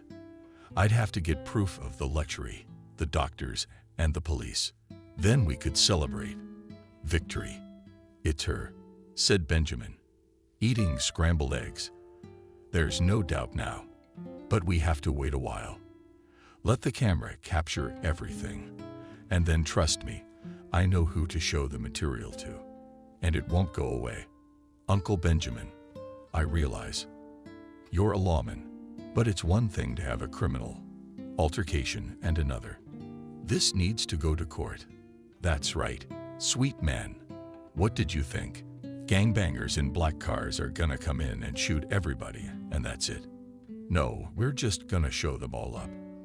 And then there's the lawyers, the courts, and of course, the media. Don't worry about that. Just keep your ear to the ground at your job and try to make sure that nothing happens to Kathy during these days. By the way, who's giving her the sedation shots? Yeah, there's this Liam. Orderly, big guy with huge fists. Why? Try to make sure you get the job. You make sure you don't give the girl the shots. She has to come off the drugs and be, so to speak, sober and clear-headed when it all comes to a head. But even if things don't work out, just keep an eye on her. Michael nodded his head and smiled, acknowledging the breakfast. He himself hadn't noticed how hungry he'd gotten in 24 hours and practically gobbled up everything he prepared in one fell swoop. Yes, he had a good appetite. The landlord looked at the young orderly and smiled. The man brewed tea and took out his favorite girlfriends. "Let's drink tea. And listen to me carefully for now." Michael nodded his head, began to listen to the old thief.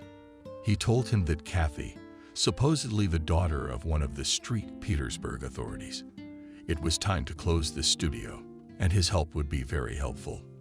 And she wasn't mentally ill, more like a kidnapping victim. Half an hour later, the guy was on his way home. "Uncle Benjamin's gonna go, or my mother and grandmother will be worried. And you call me if you need anything. And where will you find out?" "Okay, while we wait. If there's anything new, I'll drop by Grandma's. Thanks for the goodies. She's always spoiling the old man." "What are you, an old man? You'll give the young ones a head start, won't you?" And shaking hands, the neighbors parted. Michael opened the door and from the doorstep heard the smell of his grandmother's famous PR. She at his place always cooked her signature delicious and grandmother's pie. Smells like from the doorstep. "Why'd you stay late at work?" "Oh no, I stopped by my neighbor Benjamin's, but they're to talk and I was going to talk to the old fella about something." "Mom, don't coach. No one's safe from jail or prison. We all could be, just like in my almshouse, by the way." And the guy threw his backpack on the hall table and went to the bathroom to wash his hands. When he came out, he went into the kitchen, where breakfast was already on the table. "Mom, I don't want any. I ate at work, but tea and cake would be great." Michael didn't tell her that he'd had breakfast at the old thug's. He didn't want to make his mother nervous. The woman looked at him carefully, but didn't say anything. Only the grandmother, apparently, guessed where her grandson had eaten, but shook her head, said nothing. "Grandson, but I just put the pie on. Will be ready only in half an hour. In the meantime, bear with me." "All right, I'll help Siberia in the meantime." One boy nodded his head and gave his grandmother a peck on the cheek and went back to his room. Michael spent these days at home, waiting for information from Benjamin, but he was silent. They crossed paths in the yard a couple of times, but the neighbor only said hello and didn't say anything. And the guy didn't really insist. He understood that if he didn't say anything, it was the right thing to do. But on Sunday, Benjamin decided to check the familiar basement and take the camera. He didn't tell his neighbor about his plans. He decided to take the tape first, see what he had, and then act according to the situation. Late at night, Benjamin, as he did the first time, went to the cellar door and looked around. Everything was quiet, but the silence was deceptive. Come on, he had to go get the camera anyway, and he slipped downstairs, opened the greased door, and froze on the threshold. The man listened carefully to the sounds, but the silence was sepulchral. With quiet shuffling steps, Benjamin approached the very last door, orbited it, and varnished it and lifted it. At the keyhole, he listened carefully. Quiet. So the studio is not working for its intended purpose today. That's fine, no one will interfere. Quickly removing the camera, Benjamin headed for the exit, and just as quickly went out and closed the door as he came in. But as he passed the women's quarters, the man didn't hold back. He walked over to one of the dimly lit windows and peered through it at a bed and a dark-haired woman sitting on it. A woman dressed in a short dress with ribbons in her hair. Yes, thought the man. Another victim. How did I get the camera in time? He mentally pitied her because he knew what would happen next. But on the other hand, what could he do now? Nothing. Once outside, Benjamin walked home as before, pondering what he would see on the tape at home. He inserted the flash drive into the TV. The man began to watch the video, and what he saw there only confirmed his suspicions. And the worst and most disgusting, he angrily turned off the TV after a few minutes of watching, threw the remote on the couch, and went out onto the balcony. Yeah, that was to be expected. Okay, now we can show Alex all of this. And then let him think how to deal with these creatures and tell Kathy about it. Benjamin smoked a long time to calm down, and understandably so. Seeing all that filth, although he is a thief and experienced, has seen a lot in his life, but such a man has always respected women. But how do they even do it? They're sick women. It's unthinkable. And he couldn't find an answer. What's there to say? Mental illness must have its own degree of variance, or maybe it's congenital. Who knows? Benjamin threw the cigarette butt down and went to bed. What was it though? Even after a couple of minutes of watching, he was shivering. But apparently, fatigue and emotion took over, and the man fell into a deep but restless sleep. Already, in the morning, Benjamin was on duty on the balcony to look for Michael, who had to return from work. And when he appeared at the entrance, he called him and gestured for him to come up to him. Uncle Benjamin, anything new? Yes, not on our honor. Remember I told you I put a camera in the basement? Benjamin nodded and beckoned him into the hall, turned on the video, and let him watch. It was filmed by Michael. The orderly was horrified to see the head doctor and his cronies having fun with sick women at night. He certainly did not expect such a thing. The boy closed his eyes and quietly said, "Turn it all off." Benjamin did not argue. It was really disgusting. He sat there and didn't know how to go on living with it. Opening his eyes, he looked at the landlord and asked if he had anything to drink. He nodded his head and took out a bottle of vodka from the bar. He hadn't been drinking for a long time, but he always had alcohol just in case, and now he put a glass of white vodka on his neighbor's face. He held it out and said, "Wait, I'll bring snacks." But Michael did not wait for an appetizer, but drank the vodka in one fell swoop and sniffed it with his sleeve. At that minute, the host entered the room with a slice of sausage and cheese, but the guy nodded his head negatively and said, "I can have some more vodka, but at least you're behind the ring." Benjamin poured, sat down next to him. Michael drank this glass in one breath, and now he took a snack and looked at the old thief attentively, talking about what we'll do, what we won't do, and what you'll do. I already thought to show to whom it is necessary to give a report to their own, and I will wait what they will tell me. But I think it won't take long to get a reaction. I also asked you here on purpose. I want to warn you that there may be some serious inspections at your clinic in the near future. I'm aware of that. I hope everything's legal and these assholes don't get away with it. Don't worry, they won't. You tell me, how's Kathy? How can I tell you? I got the head doctor to let me give her shots, just for show. But I didn't. But then, you see, Uncle Benjamin, she came into the clinic sort of hypnotized. So, she probably doesn't realize where she is. Or maybe it's like, she's in there. And is she really mentally damaged? I hope not. Although we can't rule out that possibility. But now, the main thing is to get her out of there.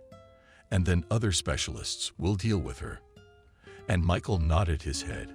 He was sober as a glass even after 2 glasses of alcohol.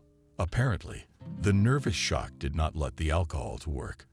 The guy sat on his neighbor's couch for a while longer, silently leaned back, then looked at the man and said, "I'm going home. I need to be good. Just Michael, I'm begging you, don't do anything on your own right now. Do you realize how dangerous this is? That's one thing.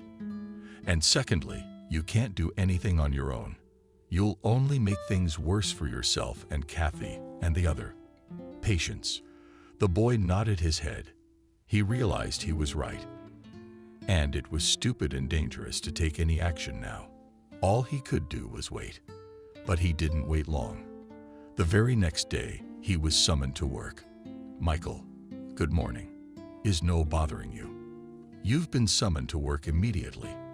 The head doctor's voice was frightened and trembling. "Good morning. What's wrong?" the guy asked. It was just for show. Did he realize what might be going on in his clinic? Nothing yet. Come on over. And the head doctor hung up. Yeah, that's how you guys got moving. Apparently, the neighbor got the materials to the right place.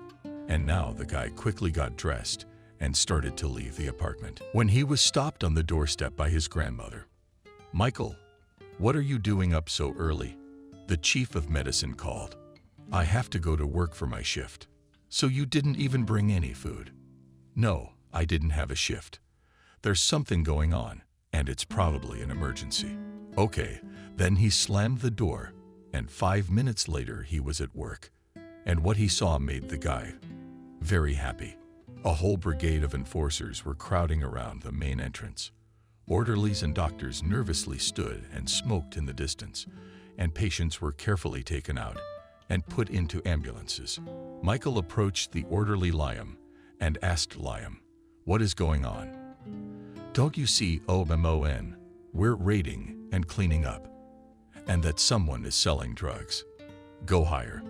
Someone organized a porn studio in our basement, and they blamed it on our head doctor and a few of his henchmen. That's what it's all about." Michael made a surprised face, but at that very moment he saw Kathy being taken out of the women's building by 2 men and carefully put into a black Jeep. So she really was the daughter of a reputable thief. But thank God she wasn't mentally ill. He looked at her and was startled by the hand on his shoulder. "It was you, Michael." The voice was commanding and quiet at the same time. He turned around and saw a man dressed in an expensive suit. He immediately realized that he was either one of the highest representatives of the government or a criminal authority. Michael nodded his head and only wanted to ask, "Who are you?" But the man was ahead of him. "I'm Alexander, Kathy's father. Benjamin, your neighbor, told me everything about you, about your help. So thank you for bringing my daughter back. You're welcome. I know it doesn't have to be this way. It's mean and wrong. Kathy's gonna be okay." The man nodded his head and looked at the boy carefully. But he didn't say anything. And what could he say if he didn't know anything about his child's condition?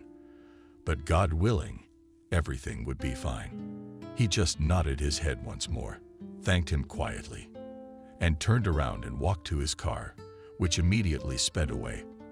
As soon as he closed the door, Michael stared after him for a few minutes, reflecting on the situation, and at that moment the chief doctor and his associates were being loaded into the truck. It was all over. Michael did not notice how his neighbor Benjamin quietly approached him and clapped him on the shoulder. Now all the members of the Corps de Ballet have been captured and sent to places not so remote. Believe me, my contacts will make sure of that. And Kathy, it was her dad, but in a black BMW. Yeah, I think she'll be fine. And you, neighbor, thanks for pulling her and the other women out of that bondage. Michael raised an eyebrow, perplexed, not really understanding what the neighbor was saying, but he immediately clarified. You see, Kathy isn't the only healthy woman in this almshouse.